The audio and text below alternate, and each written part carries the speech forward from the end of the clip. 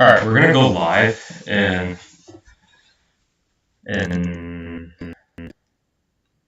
3 seconds. 3. Okay, 2. Okay, 1.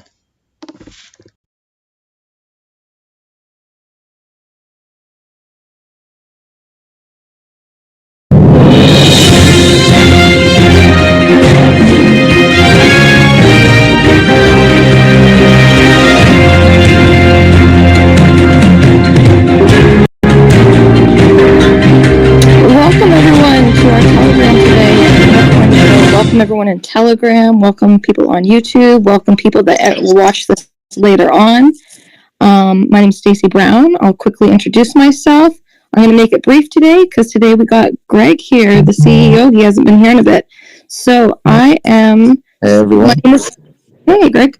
My name is Stacey Brown. I'm part of the Intercoin team. My job is building the community. And today we have a special guest. We have Jane Adams coming on, as well as we have a new listing. We might have Branch Financial also coming on here. I apologize. Branch Environment coming on here to speak as well. But I will let Greg take it away and introduce himself. He's going to speak a little bit about what he's been up to, and he's going to go over cities and basically an intro to Intercoin and qbix. Go ahead, Greg. Thanks, Stacey. Yeah, I'm glad to be back. I've been traveling so much in the first part of this year, and I think I'm going to put down roots back where I'm originally from New York City. We've met so many great partners over the last few months. Just people I've known, but also people I've been introduced to, and we're going to start announcing a lot of those partnerships as we go along later this year. So, Intercoin, one of the big things of Intercoin is basically to be a platform by the people, not just for the people. If you look at most of the stuff today, including OpenSea, they're centralized. They are built by VC-backed companies, and you can't really get anyone from the support department to help you out. Whereas if you look at Bitcoin, Ethereum, and all this other stuff, what you see is what you get. And if you don't like it, you could write your own smart contract and make it happen. So, this is what the web's all about. Back when the first version of the web just started, people were able to, for the first time, deploy their own HTML. CSS came later, all this stuff came later. But being able to just publish your own articles, all this kind of stuff was a game changer, because before that, people needed permission from journals and magazines, newspapers, radio, TV. So they no longer needed permission. That's what Web3 is supposed to be about, and that's what we're building. So, on this show, we talk about the social impact of that. Since I started traveling, you've seen all the stuff going around the world. It never stops. Crazy. We've seen how mass media affects the way people think. You've seen wars and humanitarian crises happening in Ukraine, in Yemen. There's a lot of things going on. I think we could really help people. So I just wanted to set the background to what we're going to be talking about. But cities are getting their own currency. And I think Intercoin will make that currency usable. Without Intercoin, we have Miami Coin right now. We have New York City Coin right now. But no one's really using it on the ground. I haven't seen anyone in New York City pay with New York City Coin or anything like this. It's mostly used for speculating on exchanges. And if we don't do something about that, then Web3 is going to get this reputation, which it already has, which is like, it's all about Ponzi schemes and speculation. And it shouldn't be. It should be about the people. It should be about people using it on the ground, scanning each other's QR codes, and just getting things done with smart contracts. So that's what we're building. That's, I'll give an update some other show about the tech. But in the meantime, we're ready. We're ready to rock. And that's my update, basically. That's amazing. I just want to I want to introduce Norman, our team manager. If you just want to say hi, I want to thank him for doing all the streaming and all that kind of stuff and putting the show together. If you just want to introduce yourself, Norman. Thanks, Stacey, for the warm intro. Norman, I'm the team manager I met Greg a couple years back at a conference, and at that time, Greg explained to me the vision of having community currencies, and immediately I was hooked up. I was really hooked by the vision of that. Every city could potentially have their own community currency, and really the economic impact it would bring. I thought it was a radical new idea that, well, to be clear, community currencies have existed, but the way, the benefits that were explained, that was something that I've never seen before done in this way. And so that was really interesting to me, and I've been involved in the project ever since. And so today I am just largely making sure things are, processes are being followed internally here at Intercoin. I'm creating processes, and on the side, I also help out with fundraising and occasionally managing relationships with external partners as well. So thanks, Stacey. I'm going to give it back to you. Okay, we got Elena also on the call. She's one of our advisors that's been with the team almost since the beginning. Elena, do you just want to introduce yourself? Yes, thank you, Stacey. Hello, everyone. My name is Elena Rivers. I am based in London, UK, and I met Greg actually 2 years ago. No, 3 years ago, actually. He came to London to one of the conferences, and after a year, in 2020, we decided to work together, and he invited me to be one of the advisors on the advisory board to grow company globally. I love the vision of promoting and helping every community to have their own coin, but not only their own coin, their own freedom with Web3, as well as potential for voting and potential for any community communications internally, sort of little Facebook for every community for themselves. And my responsibility now is to look after partnerships as well as we're working with few metaverses and providing services for NFTs as well as potentially any DAO community. Then Dan here from Branch Environment. He's on the call today. We're going to speak with him about his project, what he has going on in our upcoming listing. Before we do so, we're going to have Carter jump in. Yeah, I'm here. How are you guys doing? Thanks for having me. Amazing. Go ahead, Carter. It's Stephen. What's your goal, either personally? Of the decade.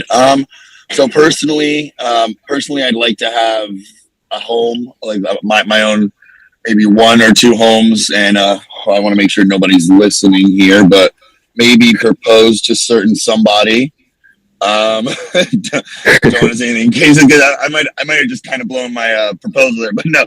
So it hopefully be settled down, have 1 to 2 homes, a boat. I'm a car guy, so a couple more of those. I already drive a pretty nice one, and for the business, I'd like to see by the end of the decade that Branch, my current project, is fully operational and running turnkey.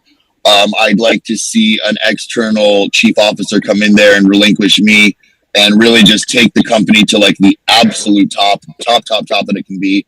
And I'd like to also have started at least 1 to 2 other ventures by then.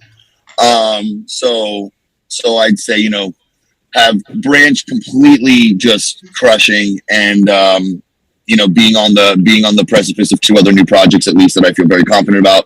And then having a stable life with my beautiful wife to be and a couple of homes and maybe a little nugget running around. Nice one. I like the boat idea. That's actually on my list as well. So, there. I guess we can keep up with each other and see how we're doing. Yeah, so you can get the vote first.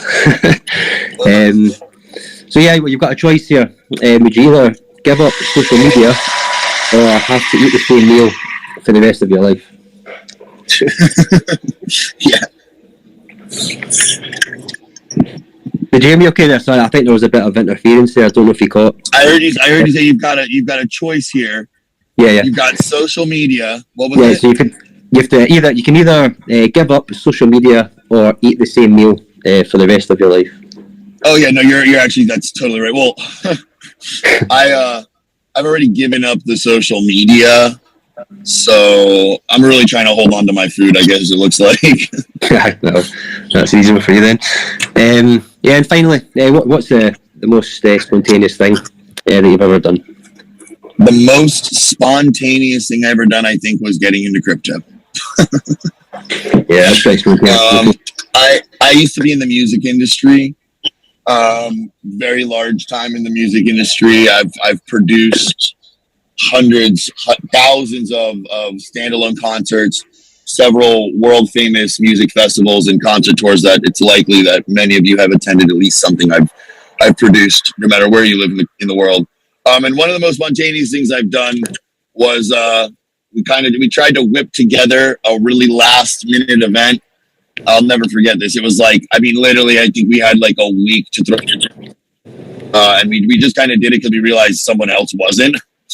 And I mean, we put together, I think we had a full final attendance of like 40,000 people. I'm pretty sure like I passed out at least twice from like exhaustion. I mean, the event went crazy, but it was actually a charity event for Thanksgiving. I did it the day before Thanksgiving, which is traditionally like this big. Traditionally, the day before Thanksgiving on Wednesday is a very big going out day in the States. I don't really know why, but it just always has been. So we decided to create a music festival and event called Stuffed. Someone passed the beats, like a play on words. And it was a canned food drive. So it was encouraged for 16 and up. The ticket price was, moderate, but the caveat was if you brought a can of food, it got $1 off your ticket. And every can you brought was another $1. The kids essentially like raided their parents' cabinets, showed up to this outdoor field, massive stage, like 13 artists, and we donated like, I think it was like over 200 or 300 barrels of canned food the next day to the Metropolitan Ministries, which they distributed for Thanksgiving. Shit, it almost gets me like, I forgot about that. Shit gets me worked up. That was super awesome. That's the reason, man. Right, that's great. Thanks for that.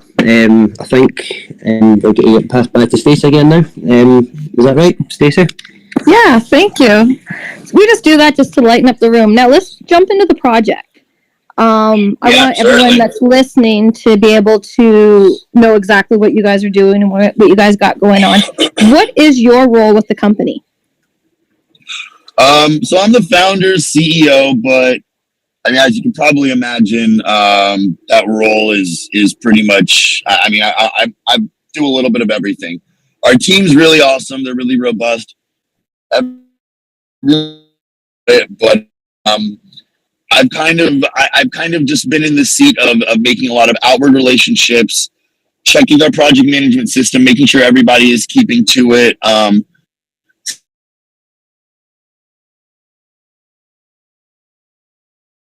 definitely am always coming up with fresh ideas and stuff like that. And really just being a motivator, because this is my baby. So it's important that I keep everybody motivated and stay positive. Okay. What is your background? Like, I know you said music industry. Did you work in any other sort of industry other than music? So I got my degree, excuse me, I got my degree in entrepreneur. It's a dual major, entrepreneurship and hospitality from Florida State University. And I went directly into like high-end lounges and nightlife.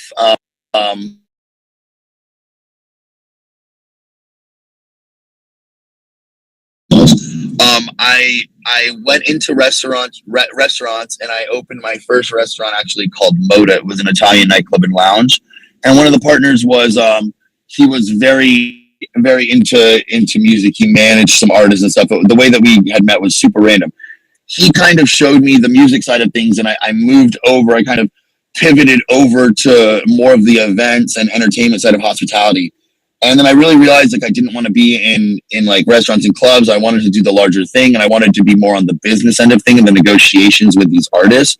So then I kind of segued over into talent buying and being a talent agent. and then, just realized like there's more to it, and started using the connections that I had from buying artists and actually working directly with them to then subsequently booking them for my own events as well as for other people's as a buyer. Throughout that time, I had always been heavily involved in crypto because two of my partners were big Forex traders. So it was something that was always just going on in the background. And then when COVID hit, music completely shut down. I mean, entertainment stopped. It was impossible. So at that point, I was just, I started another business called Jacked in the Box, which is still flourishing and does very well right now. It's an e-commerce store where we sell subscription boxes for fitness supplements, similar to like an Epsi box or a Birch box or Bark box or anything like that, if you've heard of it. And while I have that running right now, then when COVID hit, I very much went into the crypto sphere, and I was a trader for a while, heavily just day trading, admittedly shitcoin trading and all of that, and did very well. Made some serious gains on a couple projects like Emax, Floki, MILF Token, a couple others I don't remember, and then kind of realized like I'm always a doer, so I kind of wanted to go into that and just start making coins myself. And then I just for a long time kept thinking of what the best coin would be, like what would it be, and just brands kind of started being pieced together. And that's kind of where we are. I started talking about it to a couple other people that were developers and everything. That was just this like unanimous, wow, this is a really fucking good idea, like we should do it. And then there we are. That's interesting, and with your business background, that's promising, and I like the fact that you're obviously, music industry, you're obviously creative, because you always need people on the team with like that creative aspect. So that's promising. That's great. You have got to have like a tenacity like none other. I mean, I have in music, I can't tell you how many times I had to fall and get back up. And I mean, it's been the same in crypto. So you gotta be creative. You gotta be a problem solver, and you literally can't give up. Okay. When did Branch launch? About a week ago. We did our first round. So about 2 weeks ago, roughly 2 weeks ago, not to the exact date, we stealth launched. We wanted that first week to kind of get through some beta testing, growing pains with the app. Of course, we're still dealing with some growing pains with the app. I'm not even going to sit here in front. We've got a top tier tech company on it, and there's just little things here and there that happen and communication stuff. But the app does work, and we're actually getting ready to release some new features on the app and make some changes to the voting system as well. But we're moving pretty rapidly, and kind of to touch on the fact that you said, I am a business owner, and that's how I'm running Branch. I don't look at our project as a cryptocurrency. It really isn't. Like, the interesting things about our project is not the contract and the token. It's more so. Hold on. Did I lose you? I don't know if my ear pod just died. Can you hear me all right? We can hear you. Okay, let me switch it to the other ear pod because it just did a little beep thing. Hold on. Sorry for that, guys. Can you guys hear me? I just switched over. Okay, cool. You're good. I apologize. Jesus. So we're doing a few new things to the app, changing some things to the voting. We're actually shifting to a month-long cycle now instead of a week-long cycle. One, to just give the projects more time, more exposure, give us a chance to do more stuff for the projects. Do more outreach, get more press for them, and also increase the crowdfunding pool so that there's a larger chunk of money being donated. But we did really well this first week. We actually had a really good amount of participation. Like, I was expecting to see like 10, 20 people vote. Like, whatever. You got 3,000 people in your community. I'm over here like, we're going to get 20 votes and I'm not even going to get mad about it. And we had like, I think like over 150 votes. I was like, okay. That's great. Shoot for the clouds or shoot for the stars, aim for the clouds, whatever. I was aiming for the clouds and we went to Mars. So I'm happy with that. And yeah, I mean, we're just kind of getting geared up now, ready for everything, and just kind of being ready to pivot whenever needed. And like I said, running like a business in terms of that platform is everything. And that's what I'm circling back to. The platform is really everything. That's where the primary focus on, and that will translate into investors buying the coin, because that's their only way to really own a piece of the project. And in terms of the project, you're going to see the app, you're going to see an iOS, Android app and wallet, you're going to see live events. I mean, like I mentioned my background, so we've got no shortage of ideas. That's for sure. I'm impressed because from what I've looked into so far, I'm surprised. I would have thought that the project was a lot longer than 2 weeks old. So that's super I impressive. really appreciate that. Yeah, I really appreciate that. I have I'm a little OCD. I've got an eye for things, and I mean, I luckily, because I've worked in such high caliber things in music, I have a little bit of that, I guess that kind of helps. I know what some really high quality things look like, and I do know how to catch people's eye. I mean, that's all that entertainment was about. Now, I've had conversations with both Greg and Elena about your project, and they were explaining to me, like, there's some things that you are doing that are very different to maybe, I don't know if I want to call them your competitors, but you guys definitely have some aspects that are very different. Did you want to speak about that? Yes, certainly. So, and I'm going to assume, like, in reference to the competitors, you're talking about like Launchpads and things like that, that is like what would be imagined as our clear competitor. But it's interesting because we don't really have any competitors, and that's actually one of the things we're doing different. And I'd love to talk about it. Like, we didn't develop an idea and enter the market doing something that like somebody else is doing and say we're going to do it better. We kind of looked at what the market was doing and what was missing and said, let's try and do that first. So everybody is here doing Launchpads, and I mean, they're great. They're super important, but every Launchpad has its FUD that people are saying they're taking their tokens and this and that. And then, after a few weeks, one Launchpad's cool, one isn't. And they're all stepping on each other's toes. And there's really not so much you can do outside of being a Launchpad, just accept other services you add. So we kind of realized that there's not an issue with people launching tokens. It's the issue of keeping tokens alive. Like, tokens launch and do 50, 60x, have 40 million market caps on the day that they launch, and then they die 3, 4, or 5 days later. And it's because, like, it's a multitude of problems or reasons, but a lot of times it's because maybe they didn't have their utility, the community loses faith, stuff like that, and they don't want to particularly just buy more of that token because they're like, well, it's just going to keep going down.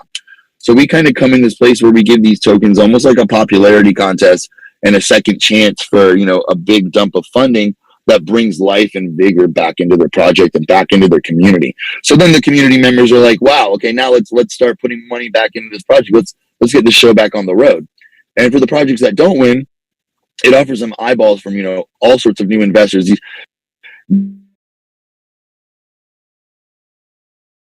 These communities that are coming on, their investors are going to see not only their project, but other projects, and, maybe that they're looking for something to buy into, and they're, that's what they see in that listing, and they buy it, and they vote. They vote for their project. They buy another project, and then at the end of the round, they get airdropped. They get airdropped a project, and they found a couple other projects that they wanted to invest in, and it was cool because people have said that. Just like I got off one of my open mics going over like 5 or 6 of the projects. And this guy DM'd me. He's like, dude, I just loaded up my bags on that one coin you were talking about because it sounds awesome. Like, just, independently invested in that project while he was hearing me. So we're going to do a lot of that. We're going to, give these coins exposure. We're going to give a lot of cool opportunities. I'm going to get creative. We're going to have fun with it. Okay, like you briefly spoke about the team. Can you give us like a roundabout number? How many people are on the team? Yeah. So my team's everything. They're the shit. Excuse my language. There's about 1, 2, 3, 4 core members outside of myself. There's a third-party tech company, Bitmotive, which has a team, a large team. They're handling our website, our Web3, and the D app. Mike oversees that. He's our internal CTO. He's got a background in the military, top secret clearance, and works for Oracle. He's definitely very, very well equipped. We've also got Aaron and Jamie Cole. They're not brother and sister; they're husband and wife. Aaron is a finance. She works at an investment bank, finance, the whole finance stuff. She's our bookkeeper. Our what the hell are you guys doing? No, you can't buy a flamethrower for Branch. She's that. She is also helping with some of the future plans for Branch, which include some like loan DeFi loans and underwriting things. She's going to be doing that department. We've also got, like I mentioned, her husband Jamie. He is really very much like a partner in the project to me. He's very much like a right hand to me. He's awesome. He's there for moral support and everything, and he's our community manager, and he also is tackling the outreach program for how we find and vet coins. Him along with Jonathan, who I'll mention now, are handling that. So Jonathan is assisting with project outreach and vetting, and he is also responsible for the tokenomics and that macro level finance stuff that has to do with how the token operates and all that stuff. Okay, you kind of already answered my next question was, is there any women on the team? Because usually the answer is no. So that's impressive that you do have. I know you obviously have one woman on the team, so that's super impressive. We actually may be bringing on another lady. Her name is Denise. She is a project manager formerly for Boeing. She developed the landing gear on Boeing's airplanes. She was responsible for the project that developed the landing gear on Boeing's airplanes. She's an MIT graduate. She's from Mexico and has like 5 other degrees. She's my friend's wife, and she is unfortunately out of work because she's overqualified right now. She has a mecha engineering degree from MIT and does project management for major engineering and industrial firms. And she just doesn't have work. And I was like, you know what? We I can only imagine the things we could do with you. So she's, trying to consider coming on the team, and we're trying to work something out for her to help out, because as you guys know, a lot of these early stages, we're not rolling in the dough. We can't give people these salaries that they're used to from their old jobs. But if people believe in the project and they believe in the vision and they actually see what's going on, the right people can help us get there, and then everything will just be history. Yeah, I cannot agree more. It just takes people that are passionate about what you're doing and they want to be involved. So that's amazing. Yeah. Yep, that's entirely correct. Yes. Can you speak, just for people that will be listening in, what would be the process to be getting listed? Okay, so we have an intake form on our website, and we also scout projects regularly. We look for them. We have a couple people that we work with to find new projects and stuff like that. So I would recommend you go to our website, obviously fill out an intake form. Other than that, we look through a couple AMA groups and a couple other people that we have partnerships with. They kind of tell us what projects have come through there, and what projects have shown some shown interest or show that they're going to be interesting, stuff like that. But yeah, you can definitely fill out the form. We have the form has a couple things that you have to go through. We do KYC and docs you. We prefer that you're audited, or at least getting audited. If not, we want to take a look at the code. It's nothing like incredibly scrutinous. It is going to get a lot more rigorous as we grow, and as some of the partnerships that we're working on as they develop, like one of the partnerships with a Better and with Docs Token, which is actually one of the projects listed with us. Docs Token is an AI software that audits the developers, not the code. So it's almost like background checking kind of, but more so like sees if you've been on other projects, stuff like that. I don't have the full scope of how the AI works because I'm not on their team, but I've gotten a pretty good lowdown on it, and it's really interesting, and it's going to be implemented into our vetting process for coins that want to list with us 100%. Okay, for the new people that just came in, I know you kind of went over the voting process. Can you just briefly explain how all that works? Yeah, so the voting process, you just need to buy a small amount of branch. And now let me just make sure, there have been a couple projects like, oh, you're making us buy your token and this and that. It's, of course, that's how the crowdfunding works. The way we get the money to give the winning project, your project or the other person's project, is from all of those buys coming in. So your community is buying branch just like the other community that's trying to win is buy branch. And it's from all of that inflow that we're generating the tax, which is our crowdfunding tax, which is the majority of our tax, which is then given to the winner. We're not saying anybody needs to buy a massive amount of branch. I believe the minimum is $25 in branch. Now, also, here's the thing. If you believe in the project, why not buy a lot of branch and hold it for a long term so that you can also be a part of the branch community and continue to vote? So, of course, a lot of buyers do stay on board and hold, and then a lot of buyers just dump at the end of the week so that they can just vote for their project and get those points. But obviously, I encourage you to buy a a good amount of branch and to hold it, because the drops are relative to your supply, the percentage you hold of branch supply. So if, let's just make easy numbers, no one holds 10% of the branch supply, but let's just make things easy. If you hold 10% of branch supply and we go out and we buy $200,000 worth of a token because of the crowdfunding, you would get 200,000, you would get 10% of 200,000. So you would be getting, you know, $20,000 in an airdrop. Like this is, and if that coin blows up, you know, that coin that, you know, and that's the point, these coins that we're airdropping you, we're trying to find coins that are going to, you know, 2, 3, 4, 5, 6x, you know. So if you just passively, if you dump a big bag into branch and you just passively hold it, you know, you're going to get a seriously diverse and potentially really robust portfolio. And I just wanted to chime in just for a second and say, I really appreciate the confidence the branch has with Intercoin, because a lot of people, they don't get Intercoin yet. You know, it's sort of like a few years ahead, and you guys get it. You know, Dan, you and I have been talking for a very long time. You sort of got to know the project, and I feel like that's a big part of it, why it's so cool that you've, you know, that you're part of this, essentially. Yeah, no, I appreciate it. Yeah, you know, I'm pretty persistent and pretty driven. You have been around for the whole time. I'm glad that we're here now. I'm glad that we can do something for Intercoin, and I mean, there's also a lot I want to talk about offline about having Intercoin involved in branch long term, because of the fact that we want to do something like an incubator model. I mean, you guys are also kind of like a perfect first step for the branch. You know, like if people do want to develop something, they can kind of go through Intercoin and then get pushed through the branch and stuff like that. So there's a lot we can talk about, and I don't want to cloud this with that. But the gears are turning, Greg, as you know they always are. Absolutely, we got to do that.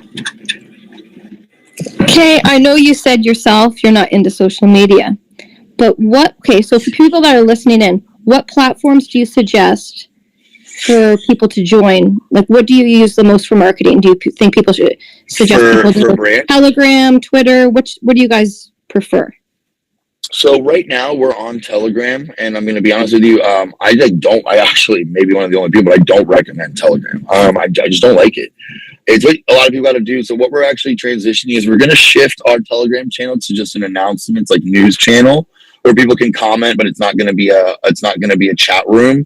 And we're going to actually migrate everything over to Discord, where we have a lot more control over what we can do and a lot more organization, because we plan on giving every coin that lists with us during their voting period, like during the the crowdfunding. We want them to have their own channel in our Discord. We also want to have other chat channels in the Discord, like for just people to hang out and shoot the shit, and then also have, you know, stuff that's more relevant. So we're moving to Discord, and I strongly recommend that for a lot of projects, especially any project that's got utility and that has like a little bit more to it than just a meme coin. I think you really got to get on Discord. In terms so I want to dig in on that. Can you get into the details, because I haven't really been using Discord that much. I'm on Discord, but it looks a little confusing to me, and I'm a tech guy. I was just curious because I know Telegram has, you know, video, audio. It now has these chats, which we're doing.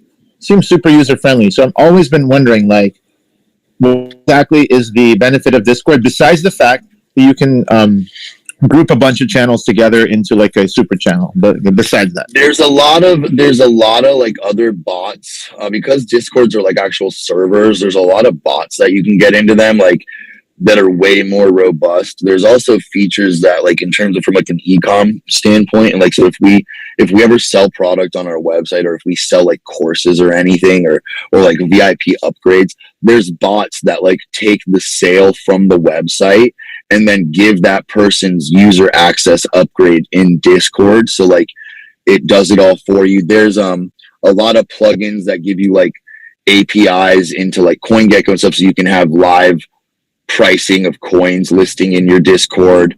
There's just a lot. There's a lot. And also, I mean, one thing with Telegram is like, it's incredibly hackable and incredibly like manipulatable, where, I mean, like, I'm in groups that I've never added myself to. I know you can turn that off, and there's things like that, but like, Telegram just gets so jumbled up. I admittedly miss tons and tons of messages on Telegram because I don't even get a notification, or I do, or it hides, or a million spam things come up. It's just I just don't know. I don't think it's as user friendly. And that maybe it's just the way I'm using it, right? Maybe I'm not doing things right, but I think Discord is just going to work better for us. And I've also noticed, like, Discord channels, like a channel of 5,000 people in Discord per se, will like bring as much volume to a project as like a 50,000 or 100,000 Telegram channel, because people tend to join channels and like join just tons of them on Telegram, whereas I think in Discord people kind of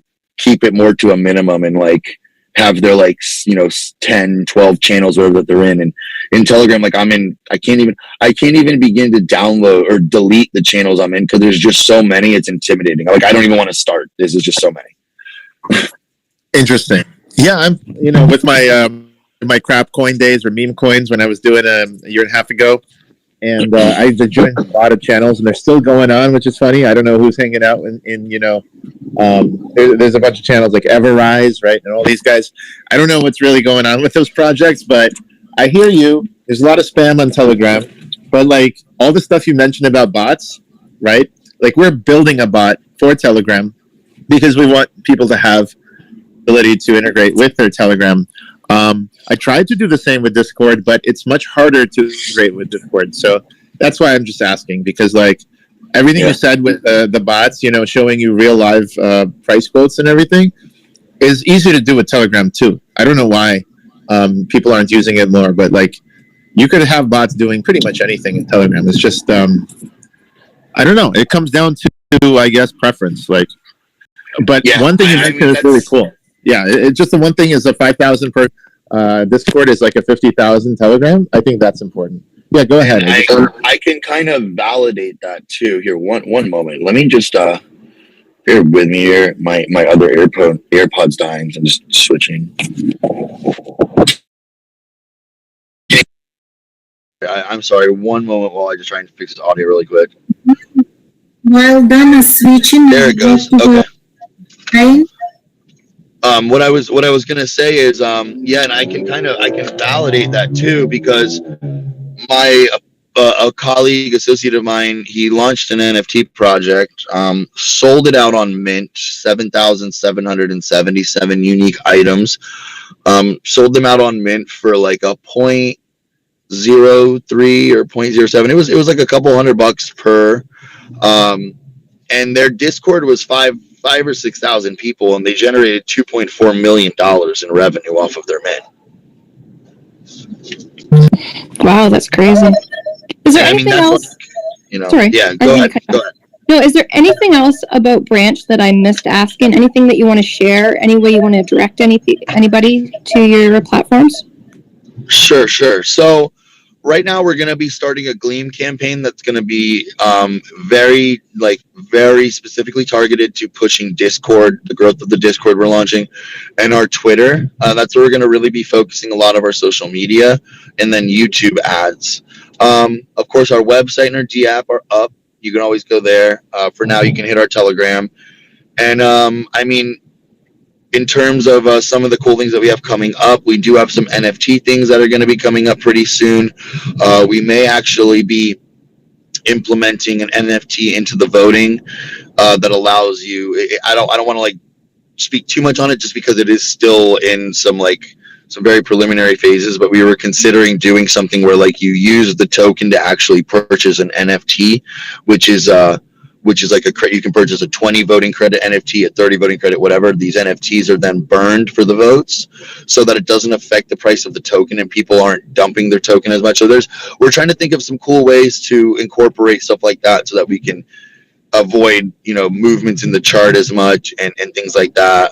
And we are gearing up for some of our first, real live events that'll be coming up hopefully in December around Art Basel. So there's that. I would say just look out for this next round of listings. There's some really cool coins coming up. You guys are of course one of them, and you definitely have a leg up on the competition. But you've got some strong competition that we've stacked against you too, just to keep things interesting. And I'll let you find out who they are when the listings go live.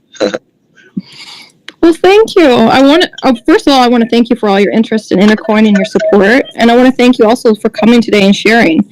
I definitely understand it. Like, I was with you guys, I think on Sunday listening in, but since just you being on the show, I've learned a lot more about the project. So I just want to thank you for that. Oh no, man! I gotta thank you. It's my pleasure. And anytime somebody gives me a soapbox to stand and talk about what I'm doing, shoot, you better believe I'm gonna be there. Appreciate it. Thank you again. Yeah, no, thank you very much. Yes, for sure. Next, we're going to have Alexander come up. He's one of our team members. He's going to introduce ourselves, and he's going to go over a little bit of the crypto world news. Yeah, thanks, Stacey. Can you hear me, guys, ladies and gentlemen? Yep, hear you perfect. Okay, great. Good. So just going to cover crypto world news, kind of three major points I want to cover. If you don't know me, probably do if you're coming on the show. I'm a community member of Intercoin. Stacey's a good friend of mine. She's actually my adopted sister, or I'm her adopted brother, depending on how you look at it. And we're both Canadian, and we're spies here living in the U.S., or refugees, depending on how you look at it. I'm a crypto analyst, and I write a lot. I have my own website, thelatestblock.com, and I also have a Medium blog. And I'm also the director of blockchain markets at Quantum Economics, so I got a lot going on. Anyway, I live on either social media or writing blogs on Medium, and I'm always studying markets and news. All right, so without further ado, 3 points. So first of all, looks like the largest hack in crypto history essentially was spotted yesterday. Has to do with the very popular crypto game Axie Infinity. And its blockchain is called Ronin, which is an Ethereum sidechain. And basically, $625 million of Ethereum and USDC was stolen. The actual security breach happened on March 23rd. It wasn't discovered till yesterday. And basically, yeah, money's been hacked. Not going into too much technical details, but the way their sidechain works is you basically have 9 different validators that have a secret key or private key, and to confirm, transactions or move money around, you need a consensus of 5 of them. The company Sky Mavis is the company that made the video game Axie Infinity, so that's kind of a key point. They actually controlled 4 of those nodes. And a 5th one was controlled by the Axie DAO. So the hacker hacked both the Axie DAO and the Sky Mavis accounts, essentially. Hackers, we don't know exactly who, and they used that to take the $625 million. Now they moved it, and they moved it out of this bridge account, and wasn't noticed till after they moved, So definitely an issue on the security protocol of the company, also an issue of, they're essentially centralized. So 2 issues there. Axie Infinity token is down about 6%. There's another token involved that's been affected in the game called Smooth Love Potion, SLP. It's down about 6%. Not the end of the world. They're still up pretty high on the week. The Ronin token is down 25%, a bit more significant drop. And any funds, essentially, there's also a decentralized exchange connected to it. They've essentially suspended transactions on those networks while they are fixing the problem and upgrading some security issues. That's a big piece of bad news on crypto gaming, decentralized gaming space, or shall we say centralized gaming. One piece of news. Another piece of news, the India tax law is going to affect... If you recall, a few months ago, this law essentially legalized, quote unquote, cryptocurrency in India, but levied a pretty major tax. I think it's 30% on taxes on trading, and specifically what we know is the wash trade rule or whatnot. Essentially, like basically, if I make $1 million trading, I also lose $1 million trading in the US, I get to count that, and I count it as 0, right? And so in India, they do not allow you to count the losses in crypto trading. So anytime you make profit, you're being taxed. There is no ability to discount for losses. So you have to pay each profit, and that's that. That's the second piece of news. Third piece of news. Okay, so a bit of controversy here. Chris Larsen, Ripple co-founder and chairman, paid $5 million for ads for essentially Greenpeace, made a video, and essentially are doing a promotional campaign to convince, I guess, the world or Bitcoin maximalists that Bitcoin should change from proof of work to proof of stake, citing energy concerns. I'm not a Bitcoin maximalist. I do hold Bitcoin and I hold some XRP, a lot less than I hold Bitcoin. But I will say this. I'm not going to get into attacking Chris, but I will. I do call BS on a few points. And the Bitcoin community has been very harshly rebuking him. You can see CoinDesk and across Twitter. The crypto couple, which are comedians and make funny videos, made a their usual sarcastic revision of the video for Greenpeace. I'm going to call BS on a few points. First of all, Chris Larsen is essentially a billionaire that made his billions from the lawsuit. The SEC is suing Ripple, claiming they're using XRP as a security. So kind of proves their point that he's got $5 million free to just put into ads. That kind of raises a red flag for me. Red flag number two, Ripple ostensibly is, essentially a competitor to Bitcoin as a payment network. Why would you pay? It'd be like Android saying they have a better product than Apple, and then becoming activists to get Apple to change their product. Why wouldn't you spend the money proving that the Ripple network or XRP is a better solution than Bitcoin since it uses less energy? So they're paying to promote a campaign to get Bitcoin to change their network. If they have a better solution, they should be paying $5 million to show how they're cleaner than Bitcoin. So those are the kind of the 2 points I call BS on. Across Twitter, I kind of course, hang more with the Bitcoiners and the anti-crypto people. Naturally, the Bitcoin maximalists are defending Bitcoin, but also a number of progressive left-wing Bitcoiners have harshly rebuked Chris Larsen and pointed out that Bitcoin, the other side of the equation, they're of course saying that Bitcoin mainly uses green energy and can be used to actually incentivize the transformation to green energy. So that's the news. So it's been an exciting 24 hours. Lots of fun things, not just talking about Will Smith anymore. So that's Chris Larsen news. So those are kind of the points I wanted to bring up. Again, thanks for being here and letting me jabber up here. Of course, I'm on Twitter under @Alexander_Loris. Also, my website's on Twitter @TheLatestBlock and TheLatestBlock.com. And I just wrote the quantum economics column. So we're talking about gaming, etc. So I want to phase over to the next part, unless anyone has any questions.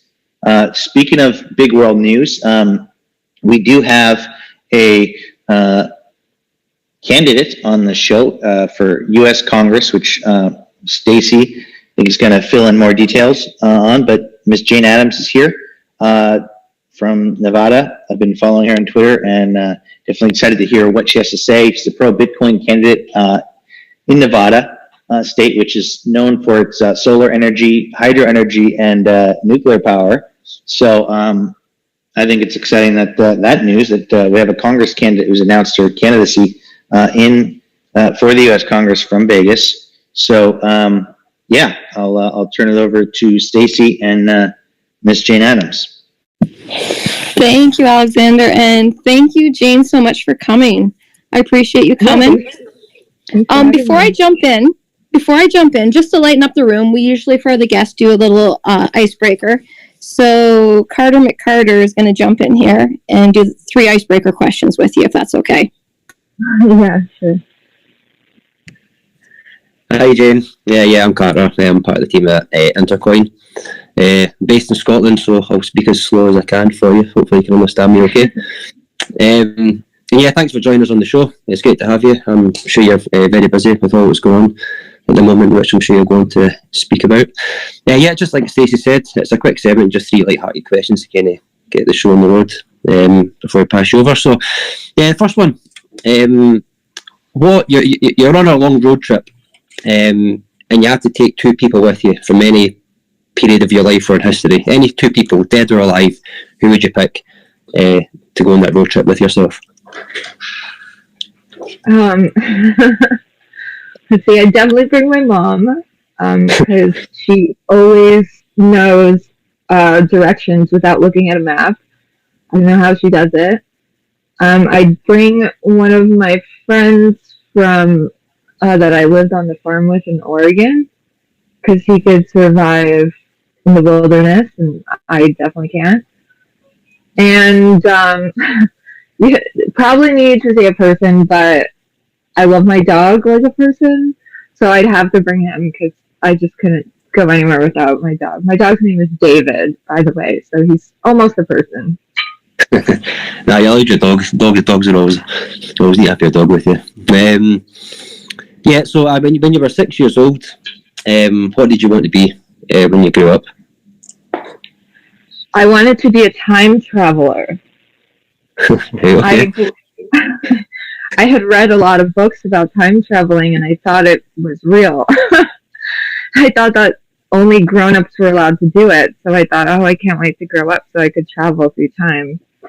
And then I became a grown-up and was told that it doesn't exist, so now I'm working towards making it happen. Yeah. They ruined it for us, guys. They ruined it for us. Yeah. And yeah, there's, obviously the last question here. Bit of a weird one, but would you rather be able to run at 100 miles per hour or fly at 10 miles per hour? Fly at how much? 30 miles an hour? You can either run at 100 miles an hour or you can fly at 10 miles per hour. Oh, fly for sure. Because then you could get off the ground. I feel like on the ground you have walls and roads and things like that to try to get around. In the sky, you just, you're like a drone almost. You could go anywhere. Yeah, very true. So yeah, that's all from me, Jen. Thanks for that, and obviously we'll just pass over to Stacey again. All right. Thank you, and thanks for answering those questions. We just do that for fun. We want everyone to know the room is super light and feel comfortable and never no pressure. I just want to say I've only known Jane for a week, but we talk every day and she's so personable. I can't wait. I know she's going to do great. I love her ideas. So I just want to thank you for being a guest, and let's jump into some questions here. Okay, you can get into as little or as much detail as you want, but can you speak a little bit about your background, where you're raised, what state you grew up in, or country, or city? Yeah, so I grew up in New York City. My parents are immigrants from Africa and Eastern Europe, and they came to the States to find a better life, and they did. My dad was a doctor, my mom was a professor, and we basically just, I'm an only child, so I was raised pretty strict. Everything was focused around education. I went to Catholic school, so I was very sheltered from the dark, evil world. When I went to, I was taking college courses in middle school. I got accepted into a really good high school, and there I found a program for international students. And when I was abroad, I just fell in love with all the different types of people I met and saw, because I had been so sheltered. I didn't really know that there was so much diversity in the world, and that people in America were very rich compared to the people everywhere else in the world. And it inspired me a lot. And so I ended up traveling for years doing that. And I lived in Burma and Thailand for a while. And it was just wonderful to see people that were so humble and grateful for the little things in life. And so when I came back to the States, I had experience programming software, so I kind of just went back into that. But yeah, that basically sums up my youth. Very sheltered, I was exposed to the world, changed my perspective, and became a new person. Now, post-secondary school, where did you do college, university? I did. I was technically taking college in middle school, and my high school was like an advanced school. So after that, I took some college courses at University of Las Vegas. But at that point, I had already gotten jobs that I was going to school for. So I stopped because it was really expensive. School here is about $25,000 a semester. So I decided to just get paid instead of spend money on school. Super smart. And I think that's the way the world is moving, in my opinion. Now, how long have you wanted to be involved in politics? So I've been working in politics for 6 years, and that's actually what I went to study, was political science. And I just applied to a bunch of jobs the first year, and they all just came to me. So it must be my destiny. But yeah, for 6 years, I've been working in politics. I've worked different campaigns, state, legislature, assembly, senate, city council, Congress, presidential campaigns. I've worked everything possible on every different level. So this election, I was supposed to be working someone else's campaign, and they backed out last minute, but I had already prepared a campaign. So it's almost like the universe pushes us in a direction that we know we might want to go in, but it just like pushes us into it, and then we find out later that that's where we were supposed to be. I feel like that's what just happened.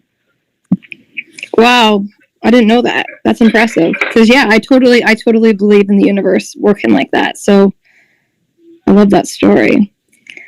Now, okay, you grew up in New York, you've traveled, you've been here, you've been there. How long have you been in Las Vegas? I've been in Las Vegas for about 4 years. A little more than that. It's changed a lot. Yeah, I can imagine, even since COVID. I mean, I've been since COVID, and it was very different. Now, what brought you to Vegas? The low cost of living and all the vegan restaurants. Good answer. Okay, what was it that you were so passionate about that drove you to politics?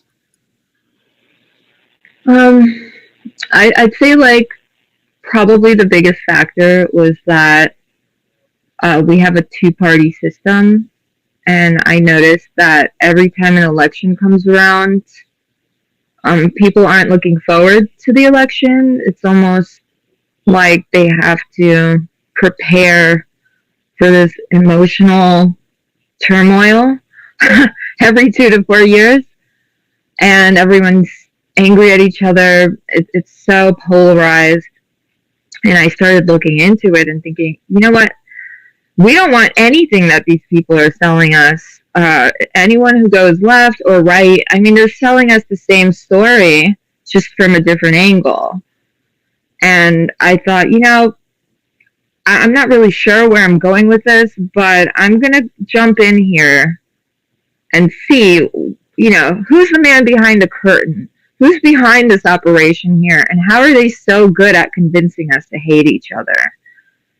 And that's really the motivating factor. And then once I got in, I started realizing that the people running for office, they're just trying to improve the world. They're not really focused on, being a part of some massive evil plan. They actually have good intentions. But at the root of it all, there is a system that is structured to make us think a certain way, make us, as a society, move in a certain direction. And I think now with the internet, we're able to change that. The internet is our access to power and influence. And that's why they're always trying to shut it down and take it away from us. But now we have internet. We have our own networks that we can create. We have, different ways to access it, decentralization. And I felt like all of that happening at the same time was it just created such an opportunity for younger generations to change everything. And I wanted to at least shout it from the rooftops that if I can't do it myself, let's all try to do it together. I love that is your belief, because I mean that's what we're all going for, everyone in the industry. So that's amazing. I love the fact that you're young. You have a lot of time. You'll be able to reach out to great audiences with that, so you're definitely in the right direction. Now, something I've seen on your Twitter account says that you support startups. What exactly type of startups are you involved with? So I know a lot of people that want to start businesses and they have a really hard time getting capital, getting people to invest in their companies. Banks don't want to invest money into new companies, new businesses, especially if they're innovative. If someone's saying, oh, I came up with this new machine that can, I don't know, like use hydro energy to change this thing, and they look at it and they go, oh, well, no, we don't want to invest in that. We'd rather invest in an insurance company or something like this. So I'm really big on banks and governments investing more capital into entrepreneurs to start small businesses. So in that sense, I'm very pro-business when it comes to laws, lawmaking and regulations, because I feel like the less regulation you have, the more opportunity there is to innovate. Because all the laws that we make, we're not really thinking 20, 30, 50 years ahead how technology is going to change. And so now it creates all these like roadblocks to starting innovative technologies. Like, for example, there was a big issue in Nevada with getting crypto machines, like Bitcoin cash machines, where people could purchase Bitcoin, because there were so many regulations for regular cash ATMs. Then you have for digital cash. Then you have for identification. And there were all these roadblocks, and it would turn out that just paying for permits for every single one of these regulations would be way too expensive to even operate one. So people had to go to court and deal with it, had to go to government. And if we just had laws like, I think maybe we should have laws expire after a certain time or have them reviewed after a certain time. But that requires people sitting down together, lawmakers with a lot of lawmaking experience, to figure out a solution. Because we can't keep running off of laws that were made 50, 80, 200 years ago. It's not going to work for us. And that really blocks startups from moving forward, is the financial limitation. This is Greg. I'm a founder of Intercoin, and I just wanted to chime in for a second. I love what you're saying about startups, and in general, I feel that technology constantly empowers people, creates new opportunities for them. Like, for example, personal printers allowed people to print stuff, right? As before, you had to get permission from some print shop or something like that, newspaper. So as technology gives people more powers, the law needs to catch up. And like a lot of the times, you're right, a lot of these laws are coming from a time when none of this was possible.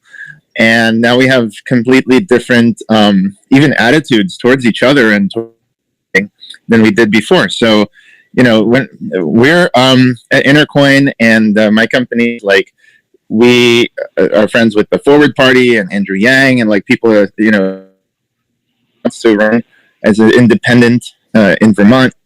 There's all these people who are questioning whether the two-party system really represents the kind of viewpoints that the majority of people have today, because, like you said, they appeal to one or the other side of an issue, but oftentimes people have much more in common than they have, in these sort of stilted differences.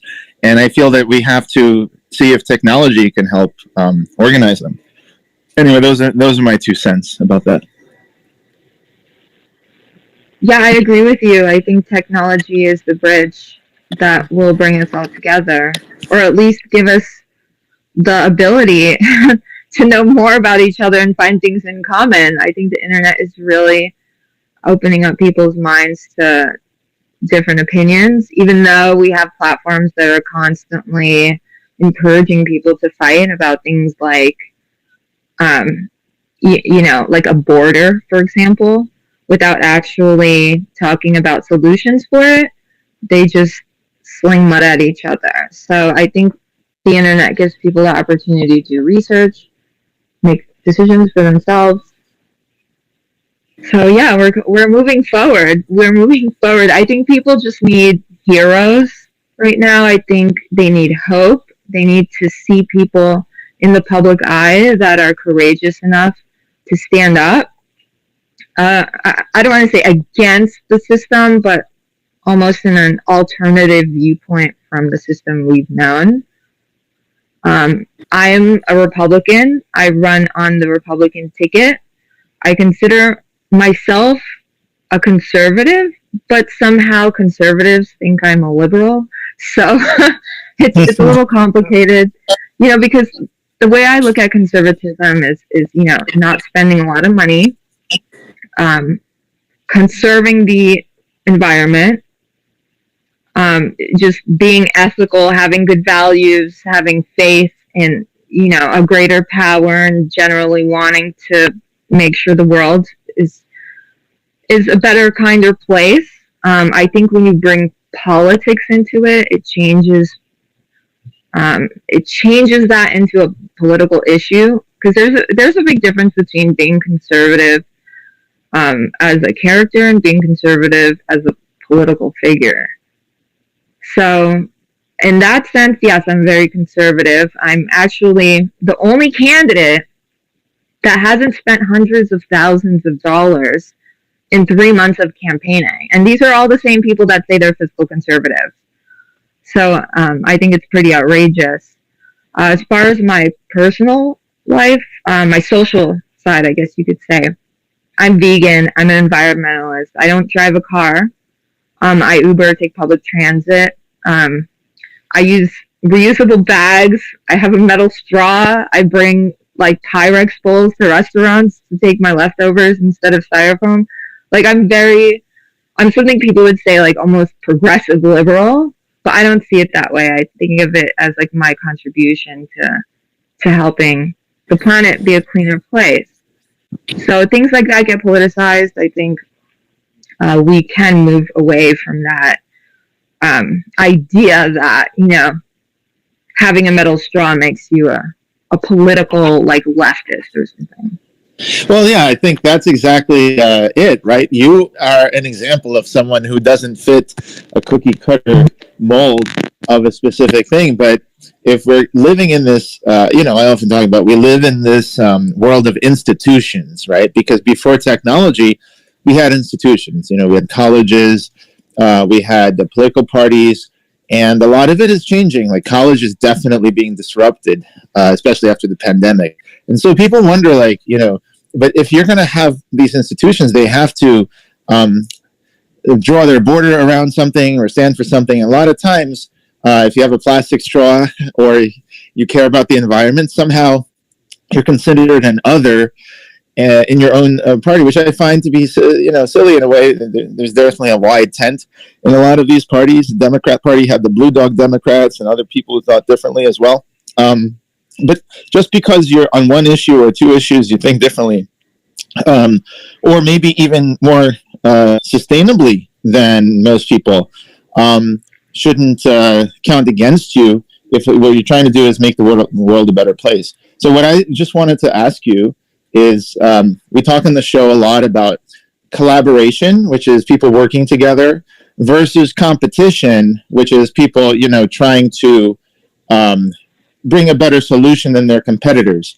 And what's interesting is this is borne out online a lot of the time. Most of the platforms that we use today, Facebook, Twitter, even Telegram, are essentially owned top-down by a few people, and they're the product of intense competition that was funded by VCs and so forth. Whereas if you look around elsewhere on the internet, you'll find lots of collaborative projects like Wikipedia, Wikinews, open source software on GitHub, and things like that. Creative Commons, basically people giving stuff away, and making small improvements here and there, versus a huge outlay in the beginning, like you were talking about, how much money people spend. A lot of times there's these two models where on the one hand it's profit driven because you must recoup the investment, and on the other it's since no one makes a huge upfront investment, there's no profit motive at all, and in that sense the information is freely available to be remixed and used and so on. At Intercoin, we're very much in the second camp. We build open source software. One of our products even called NFT Remix, which encourages sort of the middle ground between owning NFTs, exclusively, or copyrights, and versus letting other people work with them too. But I was curious, what are your thoughts? Because I think a lot of times our language and our thinking in the United States is about competition. They say competition's good, and it is. It drives down prices. It improves the quality of product. But so is collaboration. A lot of times, I think in the long run, if you look around, all the software that we use, just in the space of software, becomes open source. Whether it's web servers or whether it's the Android software, the Linux in your phone, or whatever, people eventually move over to having these things because they're not locking you into a specific way of thinking. If I'm going to watch a TV channel, I'm typically watching something that is selected for me by a specific, group, and there's a profit motive behind that. But if I'm watching, say, Wikinews, or, reading something that is collaboratively edited by many people, it's a completely different result. So, I just wanted to kind of put that out as a topic. Do you see the role of collaboration helping the city or anything like this, Yeah, absolutely. So I'm extremely in support of open source. I think patents get in the way of a lot of progress. I think, and I'm not against patents. I think patents are a great way to say oh, hey, I came up with it first, but they shouldn't be blocking progress in technology, especially because a lot of times corporations own them and they use them to make billions of dollars. So I think with open source, lets people collaborate. So essentially it is, in my opinion, collaboration. It is competition because it's just a group of people competing against ourselves, essentially, what we've come up with before, and see if we can find something better to improve it, to move on to, and leave the outdated things behind us. So it's progress for everyone. I think essentially the goal for most people is to live in a world where things don't cost a lot of money, but we're healthier and happier, and doing things that are beneficial for the environment. And people also don't want to work so hard just for a paycheck. They want a purpose. So I know that with technology improving faster, without all these patents blocking us from getting there, or the price of the patents actually, with collaboration is the only way we can get there. we can actually move to a world that we want to live in, that we can wake up in and say, wow, I'm so glad I'm here. Like, what a blessing. Instead of thinking, you know, all the things we wish we didn't think every day. So yeah, I'm very into open source. I'm also big on standardization. I think that also stems from unfair competition. Like right now in the States, we have a lot of competition or favoritism with electric vehicle companies, and this current administration is favoring a lot of corporations like Ford, which are good companies. I have nothing against car companies at all for any reason, but they're not supporting Tesla right now, which is also fine. But my issue is that the government is investing money into a select group of electric vehicle companies that aren't willing to standardize their charging ports, their charging plugs. And so what's happening is people are building a bunch of charging stations, but you can only go to them if you have bought your car from a certain company. So if we made adapters for each charging station, we wouldn't, have to build so many charging stations. We'd save a lot of money. But essentially, I think the car companies don't want to, they want to keep the money. They want to beat the other company. But I think the thing with progress is we need to collaborate. We can't just keep holding ourselves back over some patents. It's really, I believe that patents are blocking us from reaching our full potential. Open source all the way. Awesome. I'm glad to hear it. Stacey, I'm sure you have more questions. I just wanted to know kind of your history about what brought you to this point politically. What did you see? And sort of like, how do you see the path forward? Because I do see a lot of people who have chosen to opt out of the two-party system. They're not organized because there's nothing really to organize them. I mean, there are third parties, obviously, but the system is designed to handle that.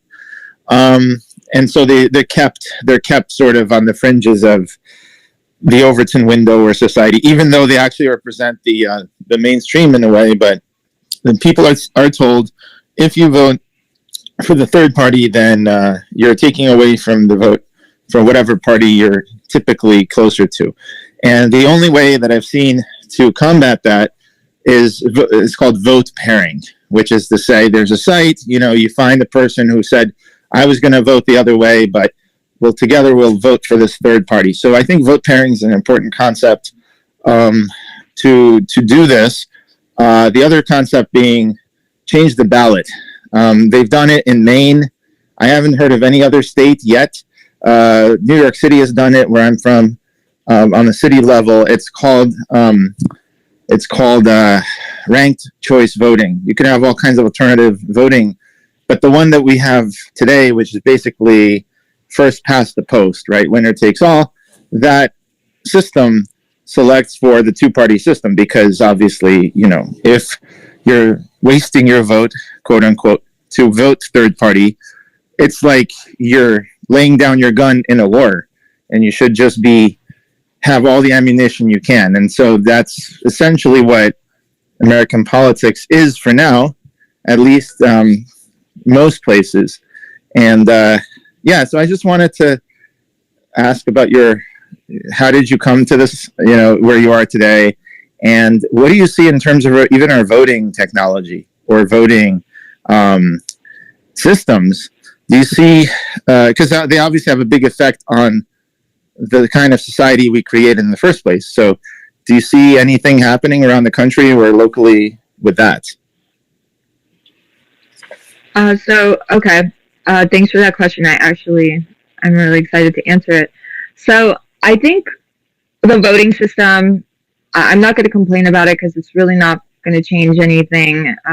It's nearly impossible to change our voting laws. When people suggest it, it's just used as another polarizing partisan tool.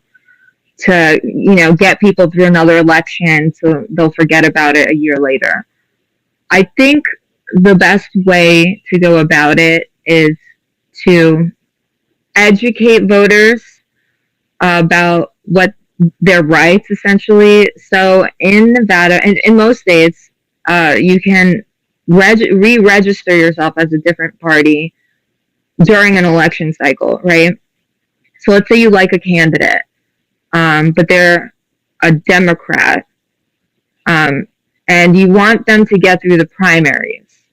And so you can re-register yourself as a Democrat just to vote for them. Or, you might do that to try to screw up the other party's vote, or, for whatever reason you're doing it. But people can always switch over to vote for a candidate just for an election, and then right after they vote, change back. I think a lot of people get very emotionally attached to the party listed on their voter registration, and we should definitely overcome that and be more of a vote for a candidate, vote for issues instead of just for a party, because parties have never been looking out for us. They look out for themselves. So I've never, like you said, there are all these people that don't really fit into either party. And I've always felt like that. I feel like if we could just take a little from here, a little from there, kind of talk it out, we could probably get somewhere. But the two-party system is here to stay. And I think anybody that wants to change that needs to work very hard for a very long time. And maybe in like 20 years, we'll be able to do that.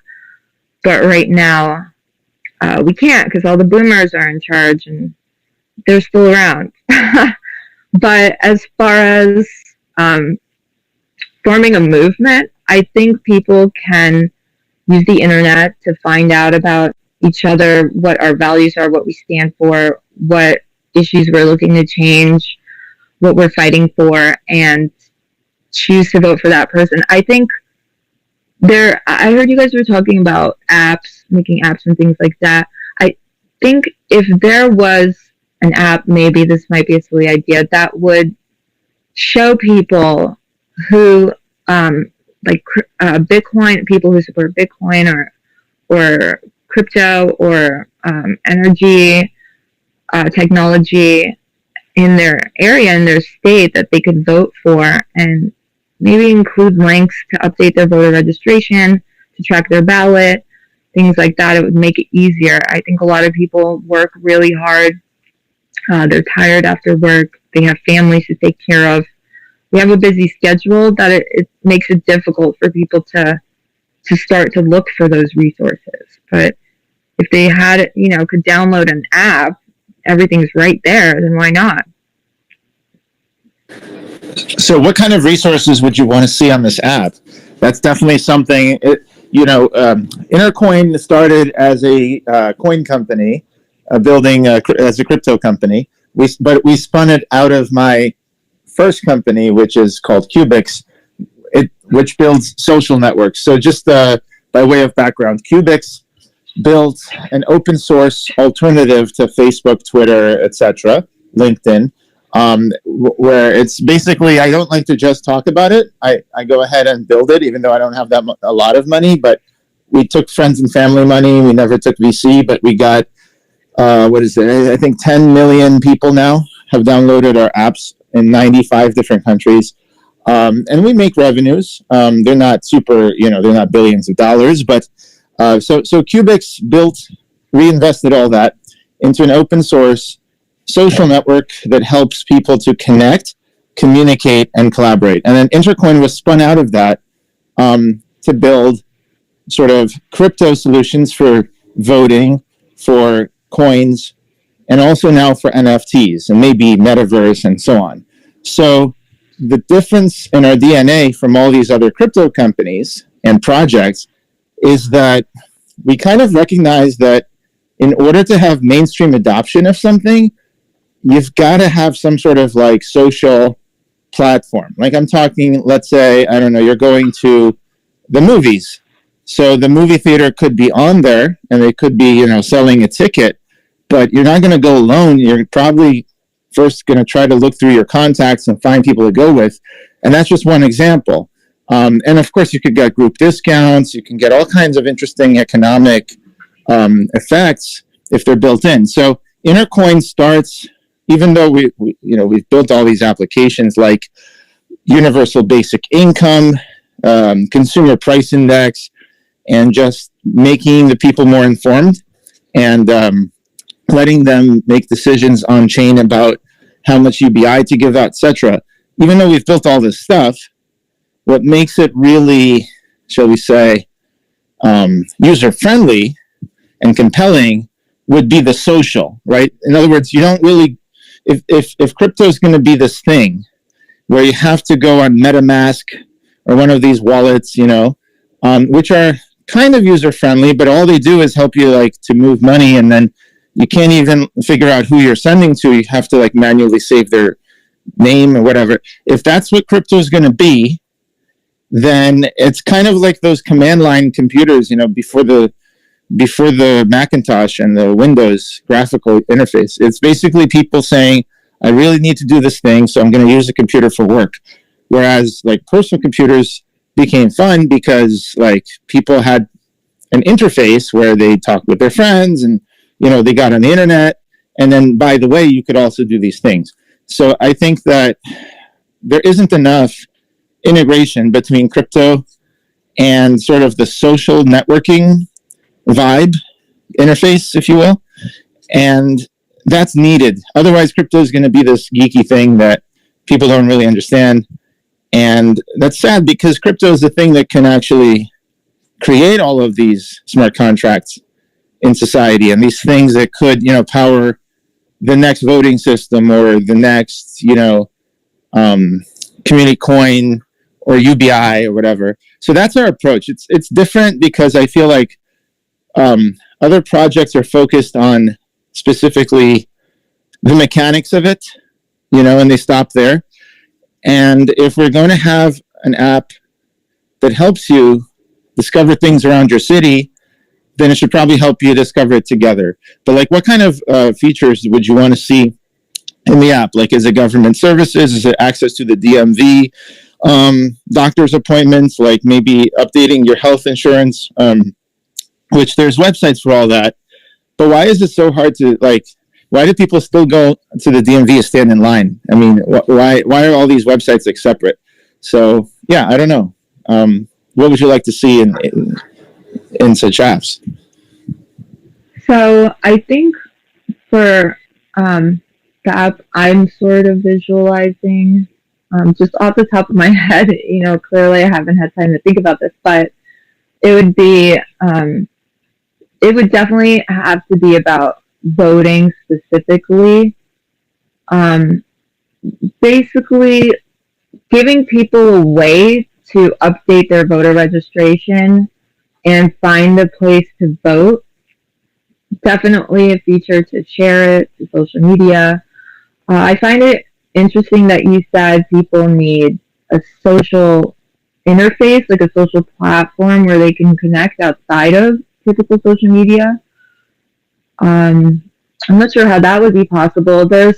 I know there's this Bluetooth long energy, I think it's called, basically BLE. It allows people to communicate within 300 feet of each other without data or internet.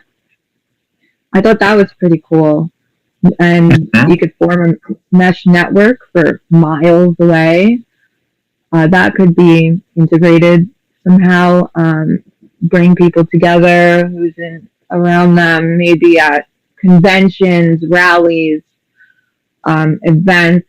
And I'm mostly saying that because in Vegas we have events and conventions every single day with like tens of thousands of people coming in, everywhere, at hotels, casinos, in the desert, festivals. There's all the time people are near each other.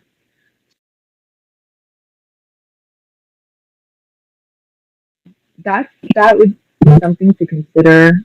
The DMV, I cannot stand the DMV. It's one of the reasons I actually stopped driving. I never wanted to go to that place ever again. Every time I would drive by a DMV,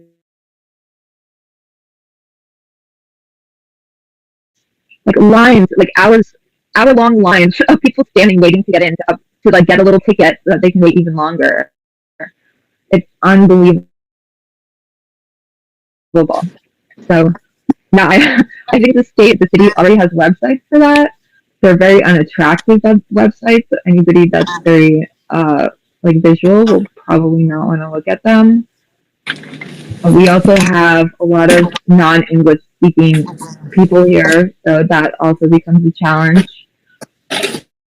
But yeah, definitely voting. I think voting is really what we need to focus on, because we can tweet, Facebook, hashtag till the end of days, but if we're not electing people that are actually going to speak out on a global platform where people actually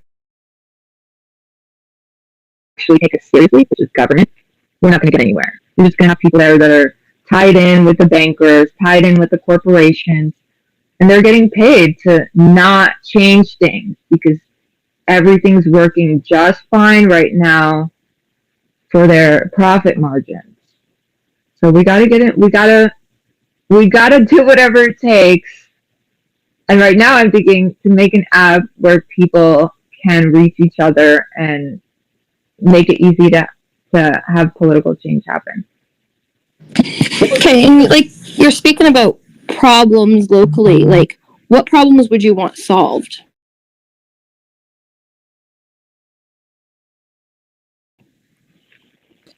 Well, so like when you say locally, what local?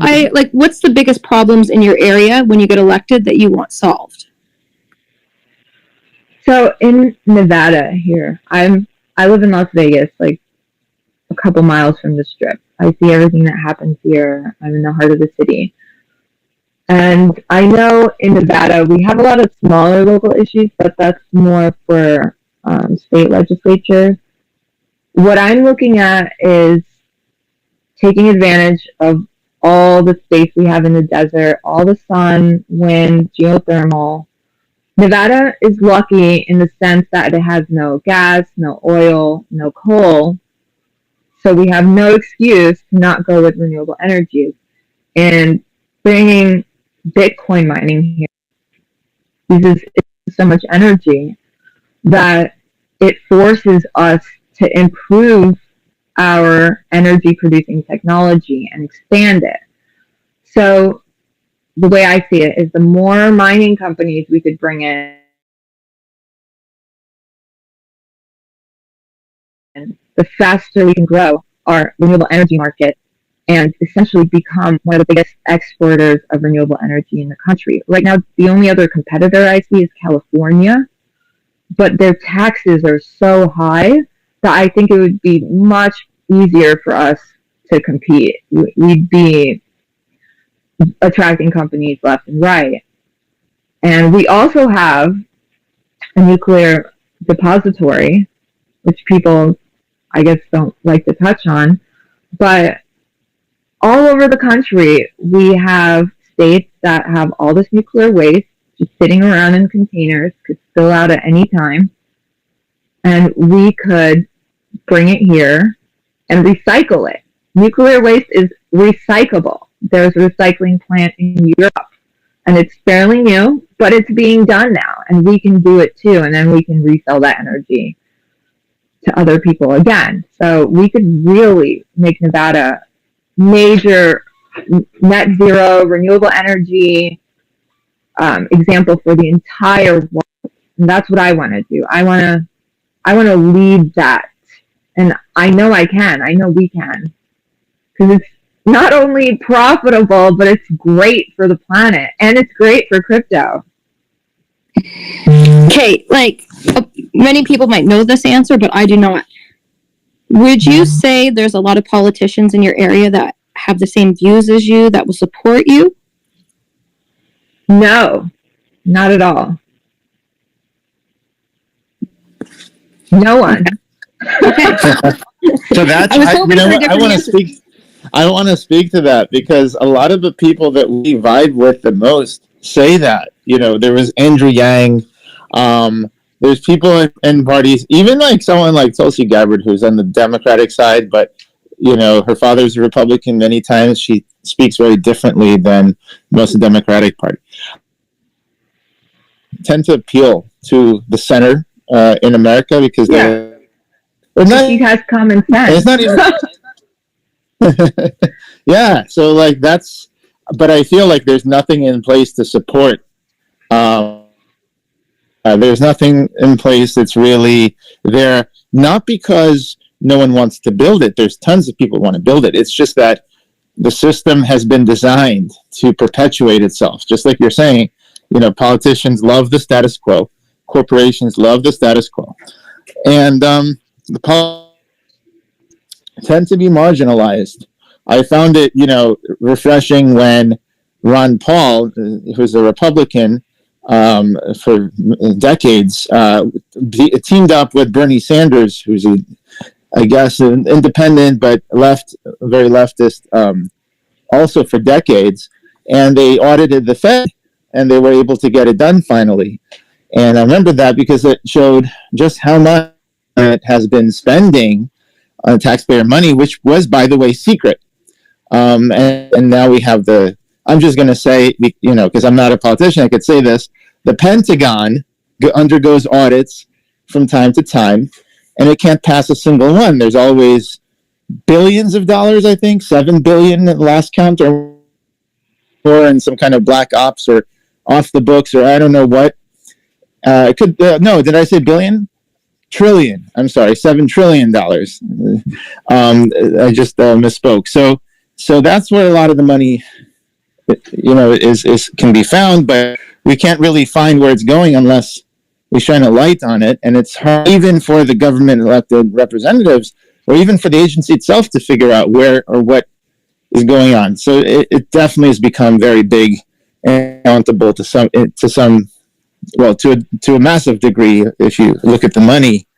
So yeah, I think people who are running and who are not necessarily part of the machine, or at least not fully bought into one or the other thing, they tend to they don't have a system that supports them, because that system would be by the people and it wouldn't be by the establishment, if you will. So yeah, I'm passionate about building systems that are by the people, but I think it takes a lot of time. We probably should talk about maybe helping with an app, because we build an app. We're building apps to create movements, right? To help people coordinate stuff. So one thing that our apps help to do is help people get to rallies. People help organize, because a lot of time you don't know. Your supporters might be in some area where you don't even know.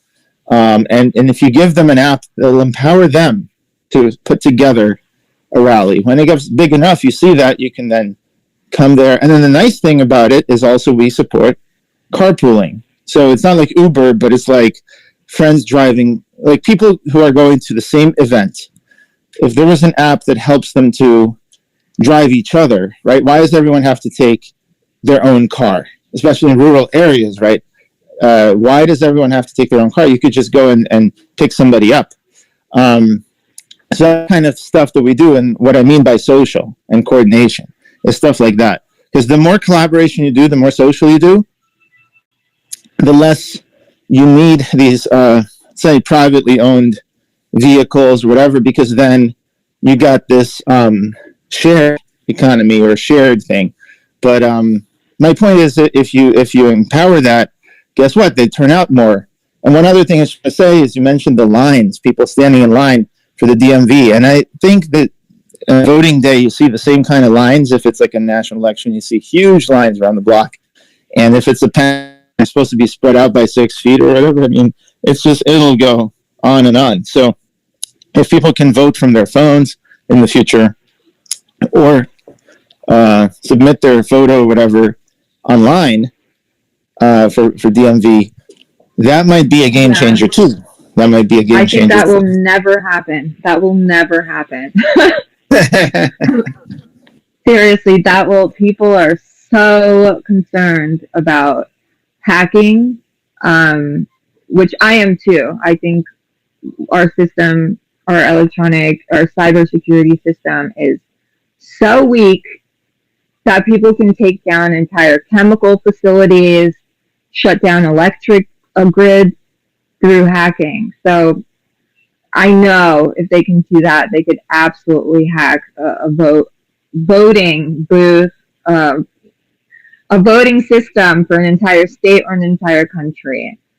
So I know a lot of people, especially patriots anywhere, would say that the only way you can actually have proof of a clean vote is by counting handwritten ballots, hand signed, hand delivered, things like that. But yeah. By the way, I love that you're saying that, because sometimes on our show, I also like to dig into things, right? And I totally agree that it might not happen. And definitely at this point with the current technology, we should be concerned about hacking a vote. And, I think both parties, I think in, 2016, the Democrats were national vote. They were like, oh, our election was hacked. But then in 2020, a lot of Republicans feel that the mail-in ballots and the other ways, the people the election was hacked the other way. The thing is, here's what I just want to ask you about this. The reason I like it is because I don't want to just agreement. I want to actually see what you think. So there are things in crypto called Merkle trees and blockchains and other things like this, where you have cryptographic proof that something was included in a result, right? So a transaction was included in a block, or a vote was included in a poll in an election.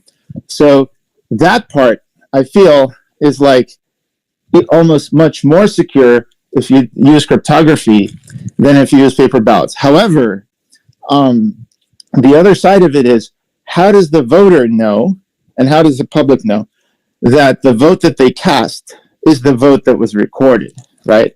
And so you could say, well, maybe Apple, the maker of iPhones, has, if the vote matters enough, they could hack it so that the iPhone lies to you and you think you're pressing button A, but in fact, it's transmitting button B. You could say Google, the makers of Android or Chrome browsers, whatever, could do it also. And so I think it's very important when people do a vote for them to be almost forced that if you're going to vote from your phone, you have to vote from two devices, meaning you go on your computer, you vote, and then you scan your vote with your phone. Because I used to think that bank law, if it's good enough for your bank, it's good enough for your vote, because obviously hundreds of thousands of dollars you can spend just with your bank app. No one goes down to the bank necessarily to do those kinds of things. But the difference is that the voter doesn't value their one vote the way they value $100,000. So it's not, you can't have the voter opt in. You almost have to make the voter say, look, if you're going to do this, you're going to have to use two separate devices made by two separate manufacturers. But if those things are in place and the voter uses an Apple computer and scans it with an Android phone, I'm just saying, if stuff like that is in place, and then you have a cryptographic security, which basically says, look, my vote's been counted. I can see it. It's right there on the chain. What else is left to be hacked? At that point, but you never know. Hackers can find some other loophole that I haven't thought of. But almost yeah. That also creates a paywall to voting. It's like people are going to have to pay all this money to have the technology in order to vote. And I feel if you start giving all these tech companies power to sell their devices, they're going to push people out of free services. So poor people can go fill out a form, drop it in a little box, but they can't, when people are struggling to buy $5 worth of macaroni or cereal and milk for their kids to eat before school, they're not really thinking about how are they going to buy, the new Android or whatever, and how are they going to get two devices. It's expensive, and prices are going higher and higher. And I think the same thing happens with school, is that now there's like a paywall to do things in life. And once you go to that point, it doesn't ever come back. So by the way, I agree. The school needs to be changed as well, but they have the classroom and you can deliver instruction at home a lot of the time. But like, just with the cost, like a lot of the times that people say, especially in the American South, there have been reports of like people having to drive really long. And some of the states had closed the polling places, meaning the voting next to some people who had to basically then drive somewhere else. So the cost, like at least for me, the debate that I heard was about disenfranchisement due to like not being able to register in time, or you didn't have the right ID to register. So those are costs which are much harder to, like everyone has a phone usually, like an Android. I would say 99% of people. It should be opt-in, meaning if you don't have a phone, you should still have national, you should still have an ID that the state will, if you're disabled and you can't even go to anywhere, right? You shouldn't have to be disenfranchised, meaning someone should come to your house, right, and give you something. I would argue that something may as well be a phone, because that's like $50 one time. Whereas like the whole process of having to drive somewhere, you might not have a car, which is much more expensive than a $50 phone. So what about giving people just the choice of voting a phone rather than requiring it? You know what I mean? Like, do you think that's ever possible? I don't know. I think we'll have to see how it goes. That also goes back to electing more tech positive people into Congress. You can always elect them into local governments, but essentially it's Congress that pays everybody out on the state level. So we also need to work with other countries to set like a format for how we're going to do it. It always comes back to the corporations. It always comes back to patents, who owns what system, who's going to be in charge of it, which corporation is going to come up with it first, which one is better, it's a power struggle. So I guess what I'm trying to say is that, yes, I think it should always be an option. I think it should already be an option. I think there's a lot of financial and political incentive behind it, which is why we're not moving in any direction on it. And once we can just get new people elected, we can actually start having a real discussion about it, instead of it just being a topic people suggest, like UBI. Yeah, at this point, it's a topic. People are suggesting it. It's a trending topic on the internet, but nobody's going to take it seriously because there's nobody elected that wants to take it seriously or has any incentive to take it seriously. So always goes back to electing people that are willing to talk about things in public without being shut down by the establishment. Exactly. I think we need people like you to represent the new generation of, mentally conscious, but Americans who believe that technology could be used to improve things, that so far institutions have done a pretty good job, but let's face it, a lot of them face corruption, a lot of them face inefficiency, and we can do better. We have been doing better. A lot of the stuff that we take for granted today and we say it sucks, the media sucks, or some people say that. I mean, compare that to 50 years ago. Nobody knew what's happening outside of the local newspaper. Yeah. And now they too do. much longer. Oh, I think. Sorry, mute yourself there, Carter. Yes. Sorry, lemon. Yes. Normal recipe. Oh, that's Alexander. Sorry, I thought I was on mute. Not on mute. No worries. So, anyways, just wanted to say that institutions are what we had because we just had humans running the thing.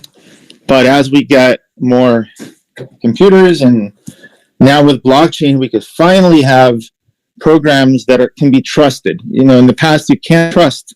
Imagine entrusting your election to Google or something like this. Not the front.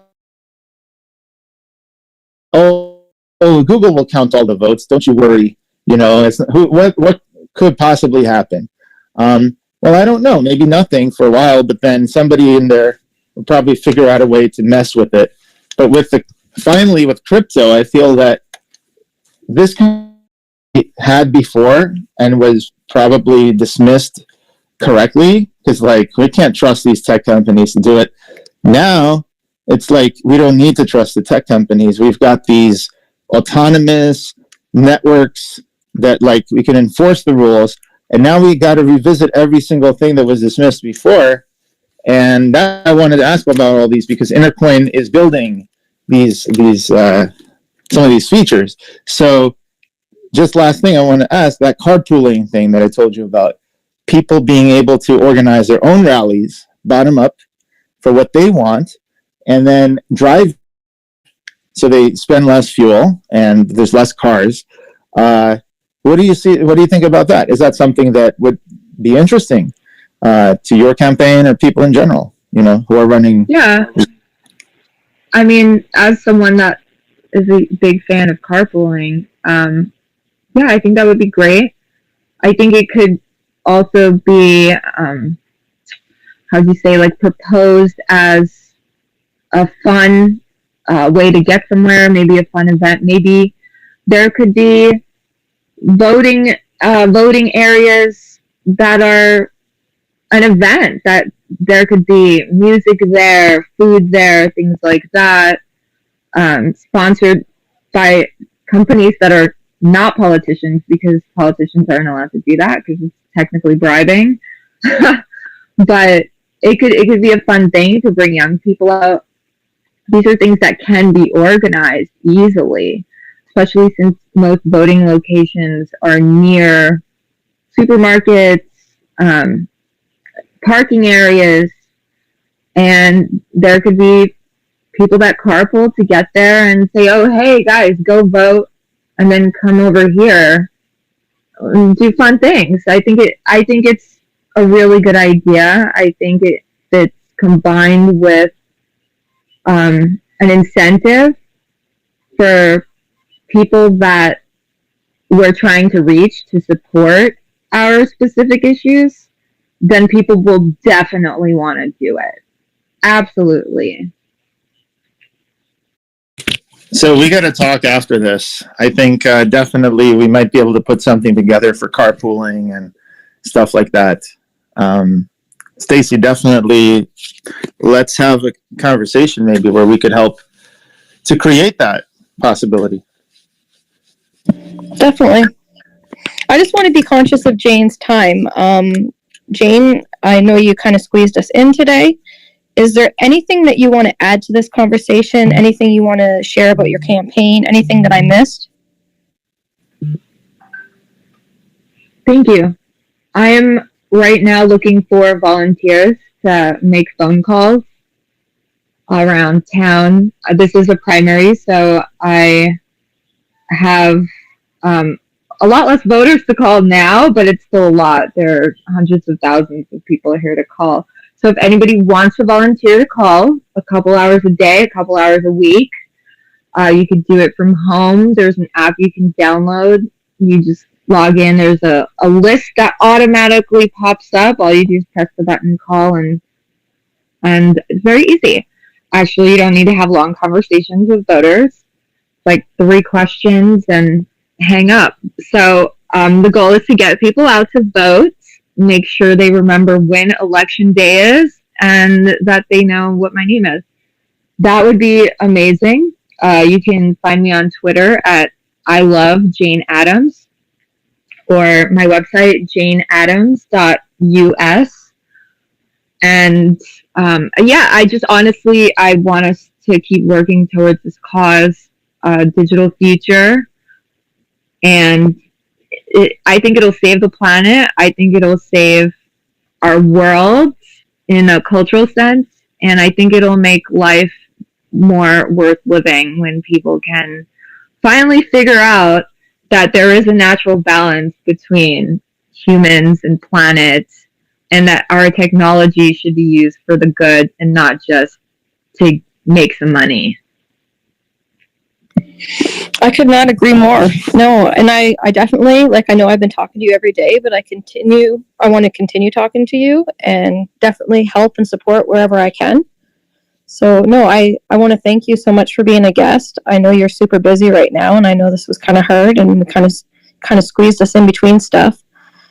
Wait, hold on. I actually have about 40 minutes, let's say 35 minutes, but I wanted to see if anybody had any questions for me that I could answer. Yeah, anybody, please jump in.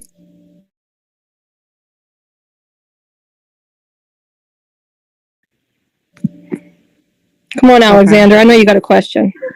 Yeah, I can jump in.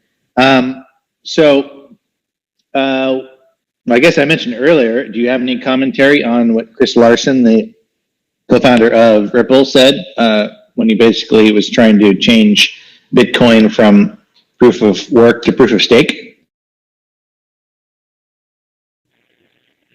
I think that people that are billionaires know how to make money off of the current system, which means that they owe their wealth to other people.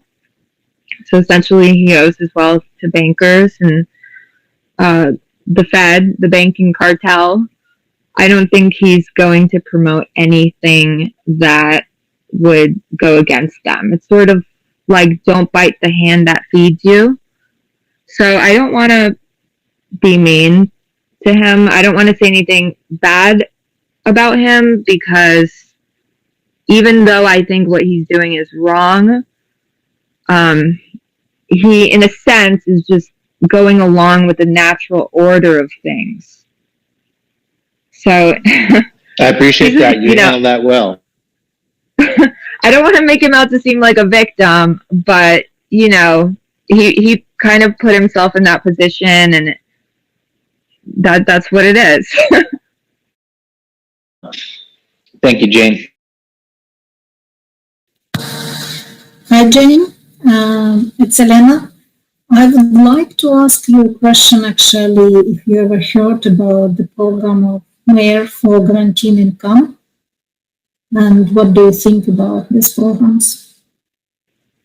I'm sorry, can you say that part a little louder? I couldn't hear you too well. If you ever heard about the program in US, Mayors for Guaranteed Income. Mayors? I have not heard about that. Is that the same thing as the push for universal basic income? Yes, but they do not promote it as universal, as they promote it as guaranteed. Mayors for Guaranteed Income. We're actually planning to have one of the events dedicated for that, and looking for mayors. I thought maybe you can introduce us or recommend someone for our event, because it's a very big campaign between mayors of different states, and there is a very big website dedicated for that program as well. It's I think later on maybe Stacey will share with you a little bit more information. Yeah, I'm definitely going to look it up. Mayors for Guaranteed Income. I just found it online. Everyone deserves an income floor through guaranteed income. So I see there's a pretty big group of mayors in support of it, which is cool. I believe in in the future, far from now, that a guaranteed income is a practical solution. I mean, society, the world, civilizations, empires have only advanced because of technology. You know, our eyeglasses, telephones, internet, healthcare, heart surgery, everything has improved because of technology. And the more we continue improving technology, the less human labor we're going to need. Which to some people can sound scary, because what are we going to do for a living? Where are we going to go to work to make money and support ourselves? Well, we're not going to have to, because we'll have robots doing things better than we can do them. And that's a good thing, in my opinion, because people are unique. And we have abilities that we need to contribute to the world that don't involve moving a box from one side of a room to another. We can do better things with ourselves, create more technology, improve the world, clean up the planet, stop, destroying it.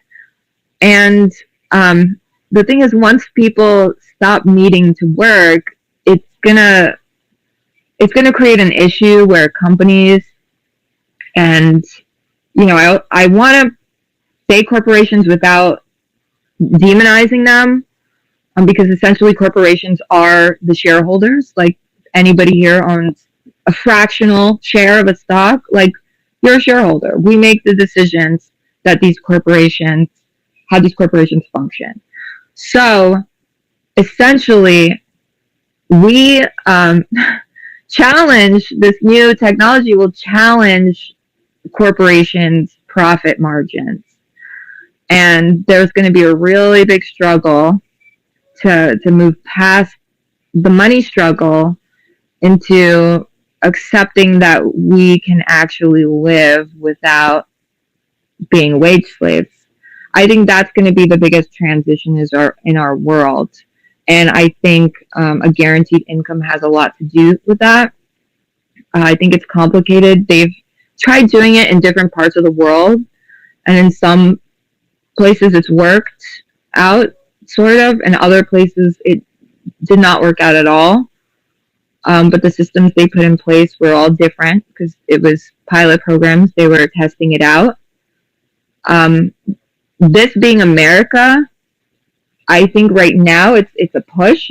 They're pushing it as a topic. We absolutely do not have the structure in our society with our government to make it a reality right now. Our government is controlled by the banks and corporations. So I like to say Congress has gone corporate. They're not funded by the taxpayers, they're funded by the corporations, and they're indebted to the Federal Reserve Central Bank. So we can't move forward to do anything without the consent of corporations. And it being that way, corporations will not want to let us be free. So it's sort of that cycle. But I think it's good we're bringing the topic up. I think we need to continue talking about it. It's going to put pressure on people. I want to get there. I think it all comes back to, again, technology. We really have to focus on getting people elected that are willing to develop technology and move past the patents and more open source and a digital world. That's our first step. If we can get through that, then yeah, we can make all that happen. We can make UBI happen. We could do, Mayors for Guaranteed Income. All of that will happen, but we need to take the first step to moving technology forward. Excellent. Thank you very much. So, as a follow-up question, would you be interested to come back at some point in a couple of months, probably, to talk about it more? When we're going to run another event dedicated exactly for the guaranteed income, and the way how to promote it, and also how to bring it into life, actually, because we do have a technology for that. Yes, I agree. We should talk about it more. I think we need. I think it's a very good way to incentivize people to move technology forward. I'll just give you one quick example. So we have the technology to make a battery for a car that could last 1 month off of one charge. But because of patents, we're not allowed to make them. We're not allowed to sell them. It's things like that. If we can push past that, we'll move towards a world that is free, that is clean. People have time. We don't have to slave away. Essentially, a lot of people are paid slaves.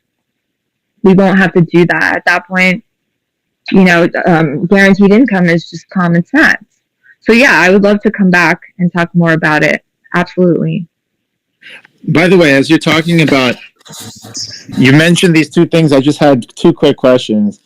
One was with patents. What do you think of the role in patents on the cost of medical products and services in the United States? Because a lot of the debate focused on universal health insurance and single-payer health insurance. Definitely having a bigger pool and a single payer would drive prices down because there's single payers don't compete against themselves. Just as a cartel would drive things up on the other side, the prices. But not enough has been talked about the role of patents in the how costly things are. Because again, if things were generic, and obviously the patent wouldn't prevent people from manufacturing the drugs like you see in other countries. Things are a lot cheaper, the same drug. And so I don't really want to put you on the spot so much with that. I just wanted to ask, what are your thoughts in the role of patents? Because obviously big pharma needs patents. Maybe it's not the digital technology, but then what they do is they tweak one atom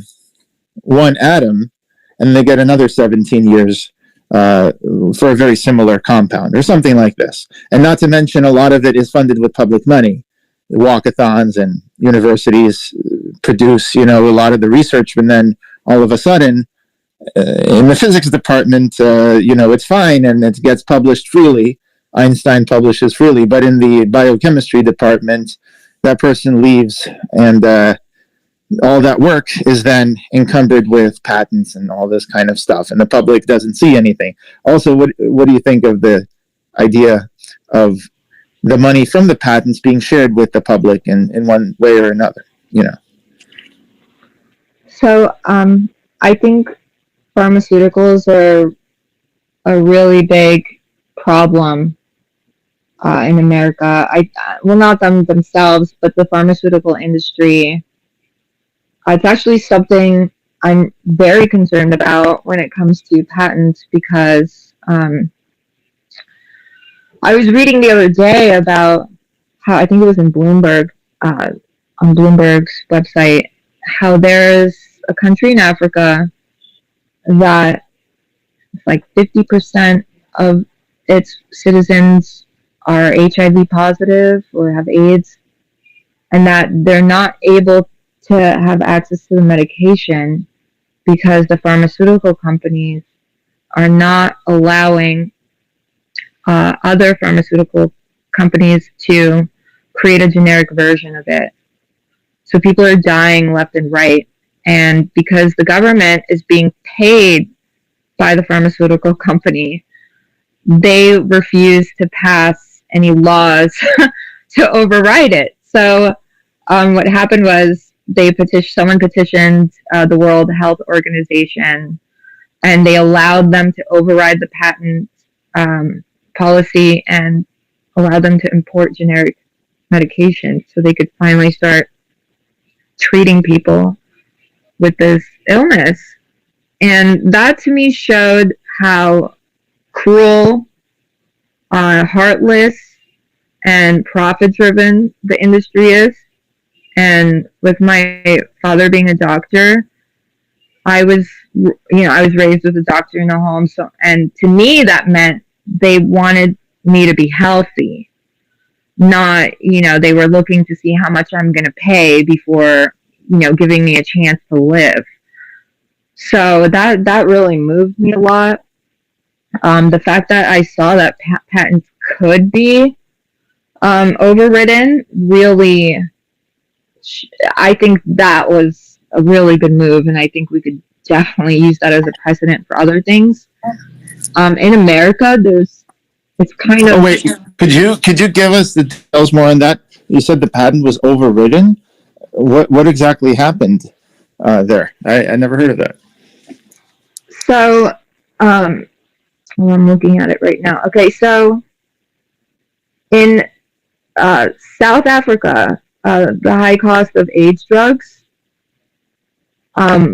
there was a law giving the state the right to import cheap generic versions without permission from the patent holders. So, nice. Yeah, for HIV and AIDS drugs, they were too costly for its citizens, passed a law in 1997 giving the state the right to import cheap generic versions without getting permission from the pharmaceutical companies that held the patents. So 39 pharma companies were sued. I mean, this is intense. And I personally think there should not be a way, there should be absolutely no way to block a medication from being distributed to sick people. Yeah, it's crazy. It's like, I think the reason is people look to systems to sort of maintain their productive capability. They say, oh, if we're going to mess with, say, private ownership of other things, I don't mean ideas, as many libertarians don't believe that you can own an idea, but other things, like let's say you own a house, right? Or you own 1,000 houses. People would say, well, that's a good system. It's produced law and order. It's created the conditions for a lot of the other stuff to happen, because you can rely on the system to, it's heartless sometimes, and people can get evicted from houses and live on the street. But the system produces also a lot of efficiency the other way. And so therefore, it sucks for these people, but let's maintain the system. And so I think that's the same exact dynamics in the space of ideas. It's just it's harder to argue for private ownership of ideas because, you're not stealing an idea by using it. You're simply saving someone's life, But whereas if I was to squat in someone's house, I guess I am depriving them of the theoretical opportunity to live there or to sell the house. Yeah, that's, I think that they're doing it to maintain a system because they have faith that the system produces good outcomes, and that's more important than in the moment. But sometimes there's emergencies, and during emergencies, you do suspend these things. So I don't know. Could I weigh in? I know you two are the ones in the conversation. I think it's such a great topic. Thanks for bringing that up, Jane and Greg. Appreciate your answer. Personally, it's kind of political centrist, I guess a bit right-leaning, but I think it's important. It's obviously a nuanced issue. I think private property is important. The concept that somebody could just squat in your house and then just take your property is absurd. But at the same time, if you're looking at, I think big pharma has gone too far out of control as a centralized monopoly. I think somewhere between total monopoly and totally lawless, decentralized mess. Sorry, not decentralized in terms of crypto, but there's a happy medium between, total monopoly and total competition, right? So I think in terms of drugs, if it's life or death, I think it makes sense to suspend that kind of thing. Just because it would make sense, but like Jane brought up, and there is a machine there that backs these politicians, so it's an uphill battle. Yeah, there's I've just reread the article. It said that the settlement happened was because of bad PR. So the pharmaceutical companies essentially didn't want to see their names in the paper attached to bad PR behavior. That's what really gets my goat. 10 million people are dead. Oh, that's bad PR. Like, give me a break, right? So they essentially gave them the medication for free because they just wanted it to stop. Which means, the of course, power could have of- always done that, right? They could have always done. You see, Alexander, this is the power of PR, right? That's why we need to leverage it. But like, Can change the the power world. of PR also helped. Let's say with the Democrats, they had the mask mandates, but then the polling showed that they weren't popular anymore, and they said, "Well, we gotta scale That's back." right. Policy changed, right? Because they realized how grossly unpopular it was. PR is very powerful. I mean, look at what it's a hot subject, but I've got to say, this guy in Ukraine is like the best PR, and he's a comedian, an actor, and he's the president. He knows how to use PR. Like, he's done what no world leader has done to get so much of the world doing what he needs to support his country right now. So whatever your view is on it, and I just think, again, you're right. PR is an extremely powerful tool, and you can change the world and bend a lot of minds with how you use it, for good or for bad. So my other question was about the banks. You had mentioned banks are, bankrolling the government. No pun intended. Or at least the government. Again, the government wants to prop up the stability of the system, right? And out of all the possible ways you could organize society financially, cryptocurrencies would probably so far be at the bottom. And I'm lumping them all together. I'm not saying Bitcoin, because Bitcoin is obviously more reliable than your average meme coin, right? Although maybe Elon Musk would say that Dogecoin is better. But the thing is, like, you've got that, and then on the top in the minds of lawmakers is banks. Banks have been around, they're stable, you can affect their policy. In Canada, if you want certain people to be coerced, you can simply freeze their accounts. I'm talking about the truckers, right, and all this stuff. On a national level, if you want to sanction a country, you could just tell the banks to not deal with that country. So you have all these levers that you can use, and so it's very attractive to lawmakers. Of course, they're also worried about tax evasion. They don't get their tax base. They're also worried about capital controls, with capital leaving the country, like in Macau used to be before crypto. Chinese people used to use casinos and all these things to get money out of the country. So, like, I can see why lawmakers are apprehensive for a variety of reasons of why crypto is going to be disrupting the banks.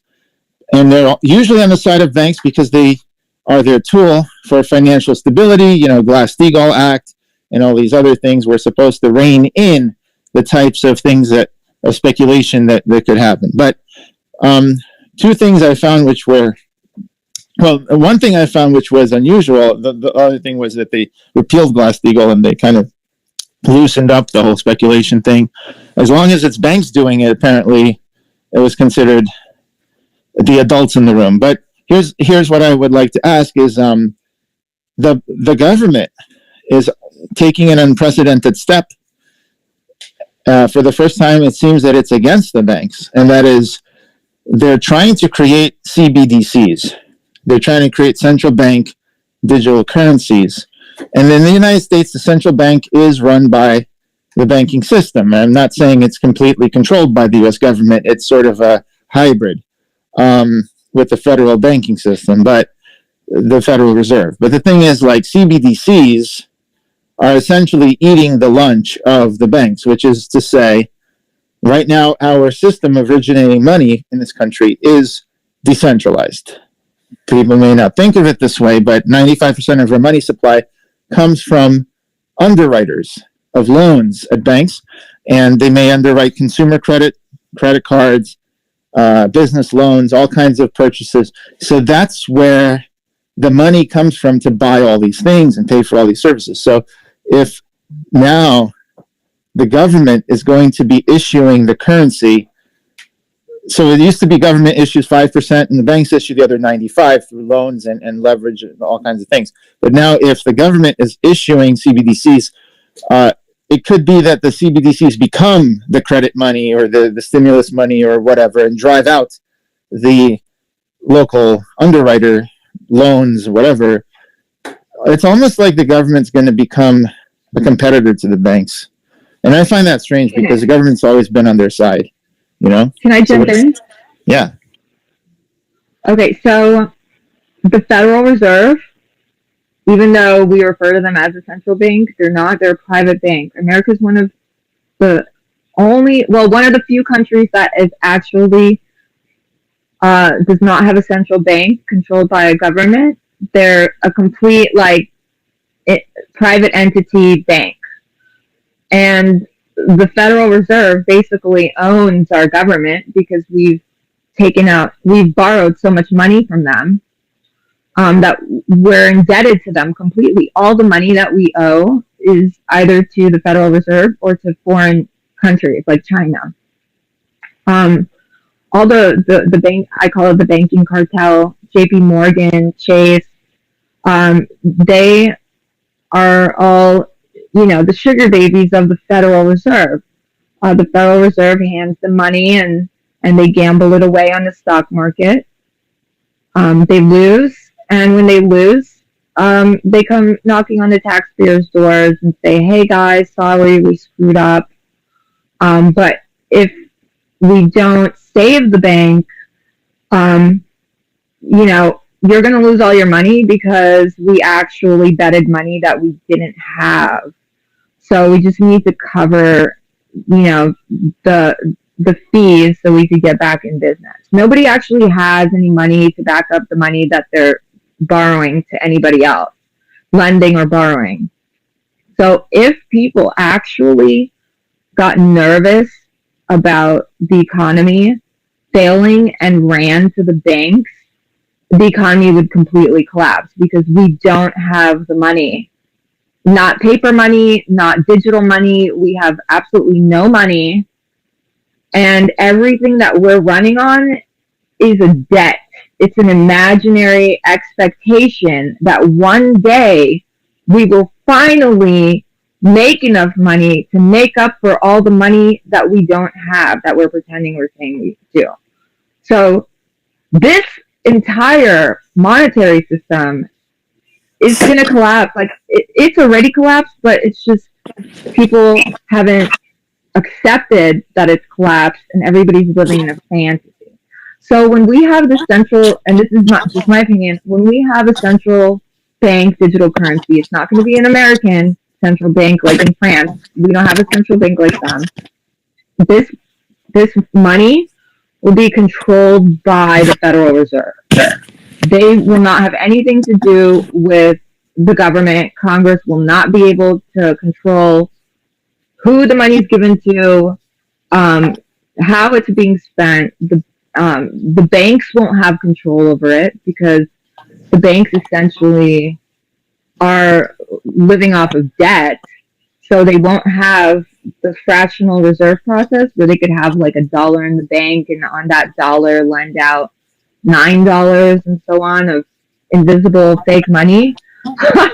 Which is hard to believe because when I learned about it, I was like, wait, money isn't real?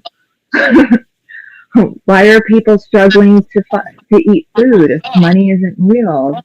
But yeah, money isn't real.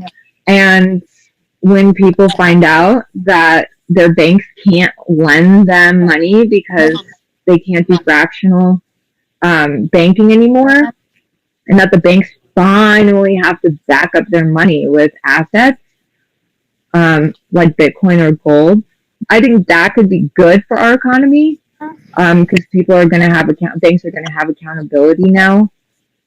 But the Federal Reserve will also have the obligation to handle all our finance needs. They'll be controlling, essentially we'll have digital wallets like we do with crypto, but it'll be controlled by the government the same way people get like food stamps or welfare. I mean, it's distributed by the government. They can monitor what we're spending, when we're spending, or how. If they feel you owe them money, they'll just stop giving you some.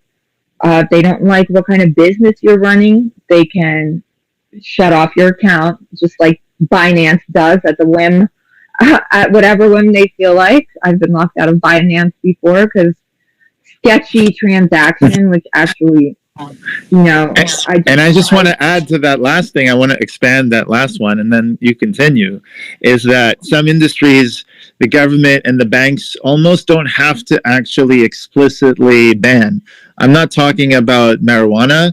I'm talking about porn. So a lot of the porn industry, I'm not, myself in it, but many people are, and they're consumers of it. And so it's interesting. The operators of the websites, it's sort of like a soft ban. It's like, well, the bank isn't going to actually touch your business or open an account for you, not because it's against the law, but just because it's like or something which is not. It's just not PR. done. Yeah, bad PR. There you go. So there's also those knock-on effects as well as the direct ban on this or that. There's also like, we're just not going to enable that. And crypto seems to be an outlet for all those kinds of things as well, which are not illegal. And that includes marijuana sales. They're done for cash. And it's a gray market in a way.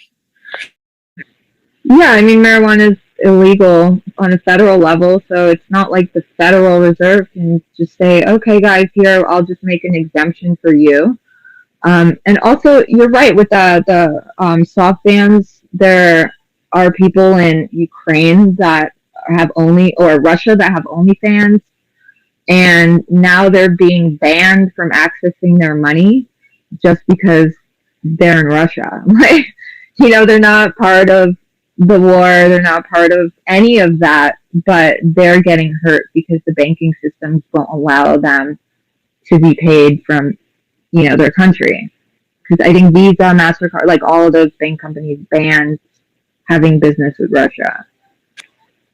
Yeah, with Russia as well. Yeah, I was talking about the domestic industry, but yeah, like obviously between countries, if you have a CBDC, probably put a rule in there saying you can't use this currency at all for this or that. I can definitely see credit money being put on top of that.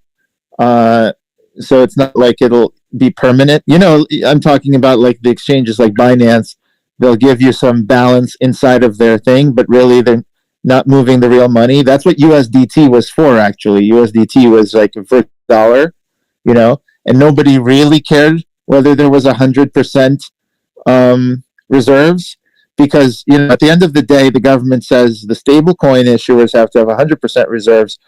Sometimes they even have 150% over collateralized in the case of DAI coin. But when it comes to the banks, they're like, 5% reserves, and then sometimes they even say, like they did the pandemic, 0% reserve, meaning okay, the bank has reserves, but the Federal Reserve doesn't require them. So in other words, they call it their ample reserves policy. If you go on the federalreserve.gov website, they admit, and Canada did this too, they're kind of out of the game of even requiring reserves for banks.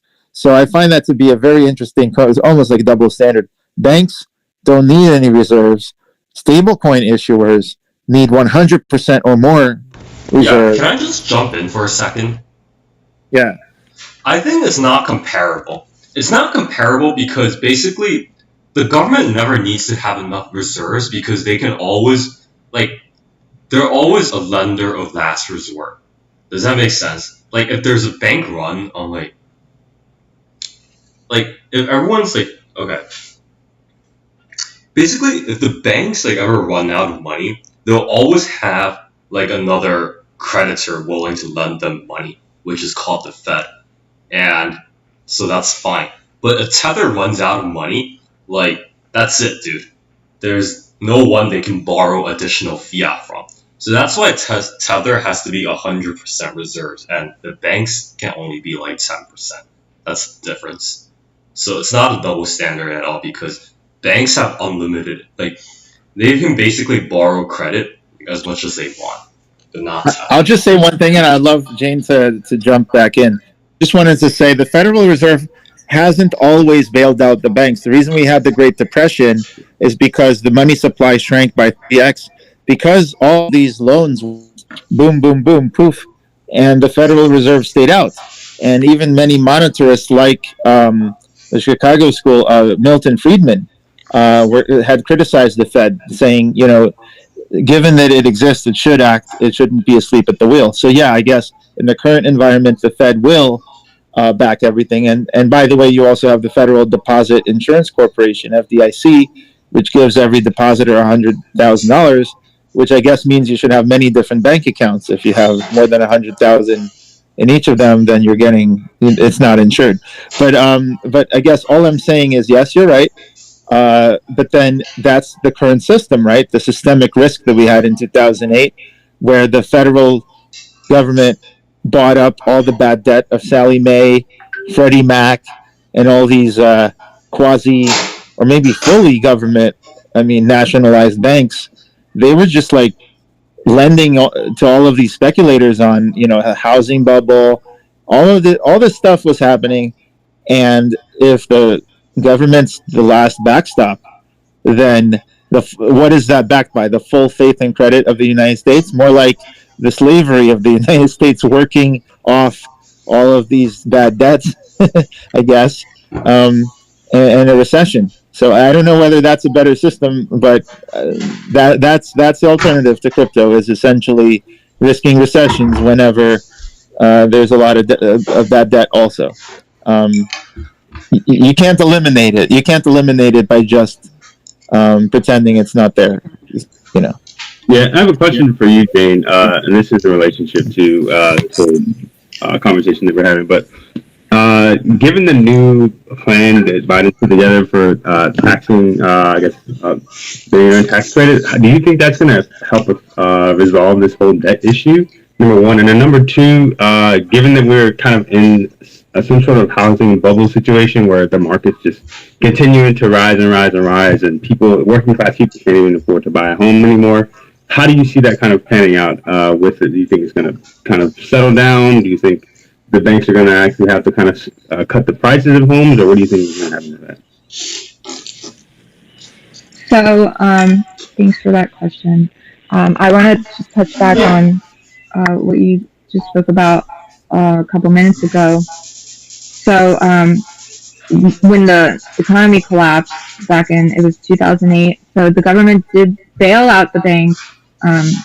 So I guess you would say it gave them credit. They didn't run out of credit, but they also didn't bail out Lehman Brothers. And I think they did that to show that, they're not going to continue doing, this Ponzi scam, but they're still doing it anyway. And the people that ended up paying for it wasn't the Fed. It came from taxpayer dollars, because America assumed to take on the debt of that. I think the housing prices have a lot to do with the banks. Mortgages are the easiest way people can store money. Housing prices are up because it's easy to store your money in a home when you can store your value in a home when the value of a dollar is depreciating. So the housing prices are, through the roof now because the dollar is losing value and it's trying to keep up with the actual value of the home. I think people are probably not going to be able to afford homes the same way Americans did in the past, just because it's becoming impossible to climb the ladder of how do they say, like the middle class. Like there's a paywall to the middle class now. So it's upward mobility is almost gone completely, in my opinion, and we need to get off the dollar. We're not going to, but I think we need to, and the only way that's going to happen is through decentralized finance through crypto, through Bitcoin. We need to take control of the money because the government isn't doing it right. The banks aren't doing it right. They're not investing the money into the people, which is what needs to be done in order to make more money. They shouldn't be printing it. They should be growing it through Americans. But yeah, like when I was growing up, like my parents had a home. They had multiple homes. And looking at my life now, I can't even imagine being able to do that now. And that's sad, but I think a lot of millennials are accepting that that's how our lives are just going to be. A lot of people stopped having kids because they can't afford them or they think they can't. We're in a really bad place economically in America. And I think that's also why they wanted to put more money into the military budget now, because they know that we're so weak that other countries are able to completely change the world order.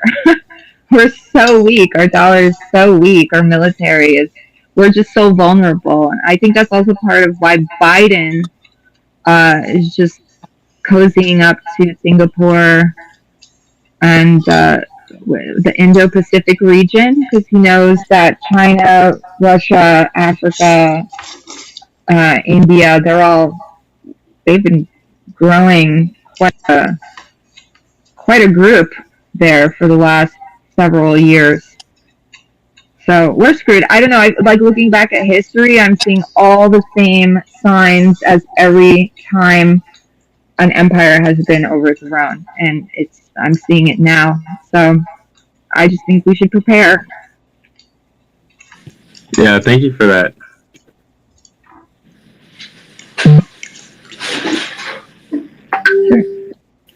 Amazing times we live in. Oh, another thing. One last thing. I think that one of the ways we can solve issues, especially with corporations having the power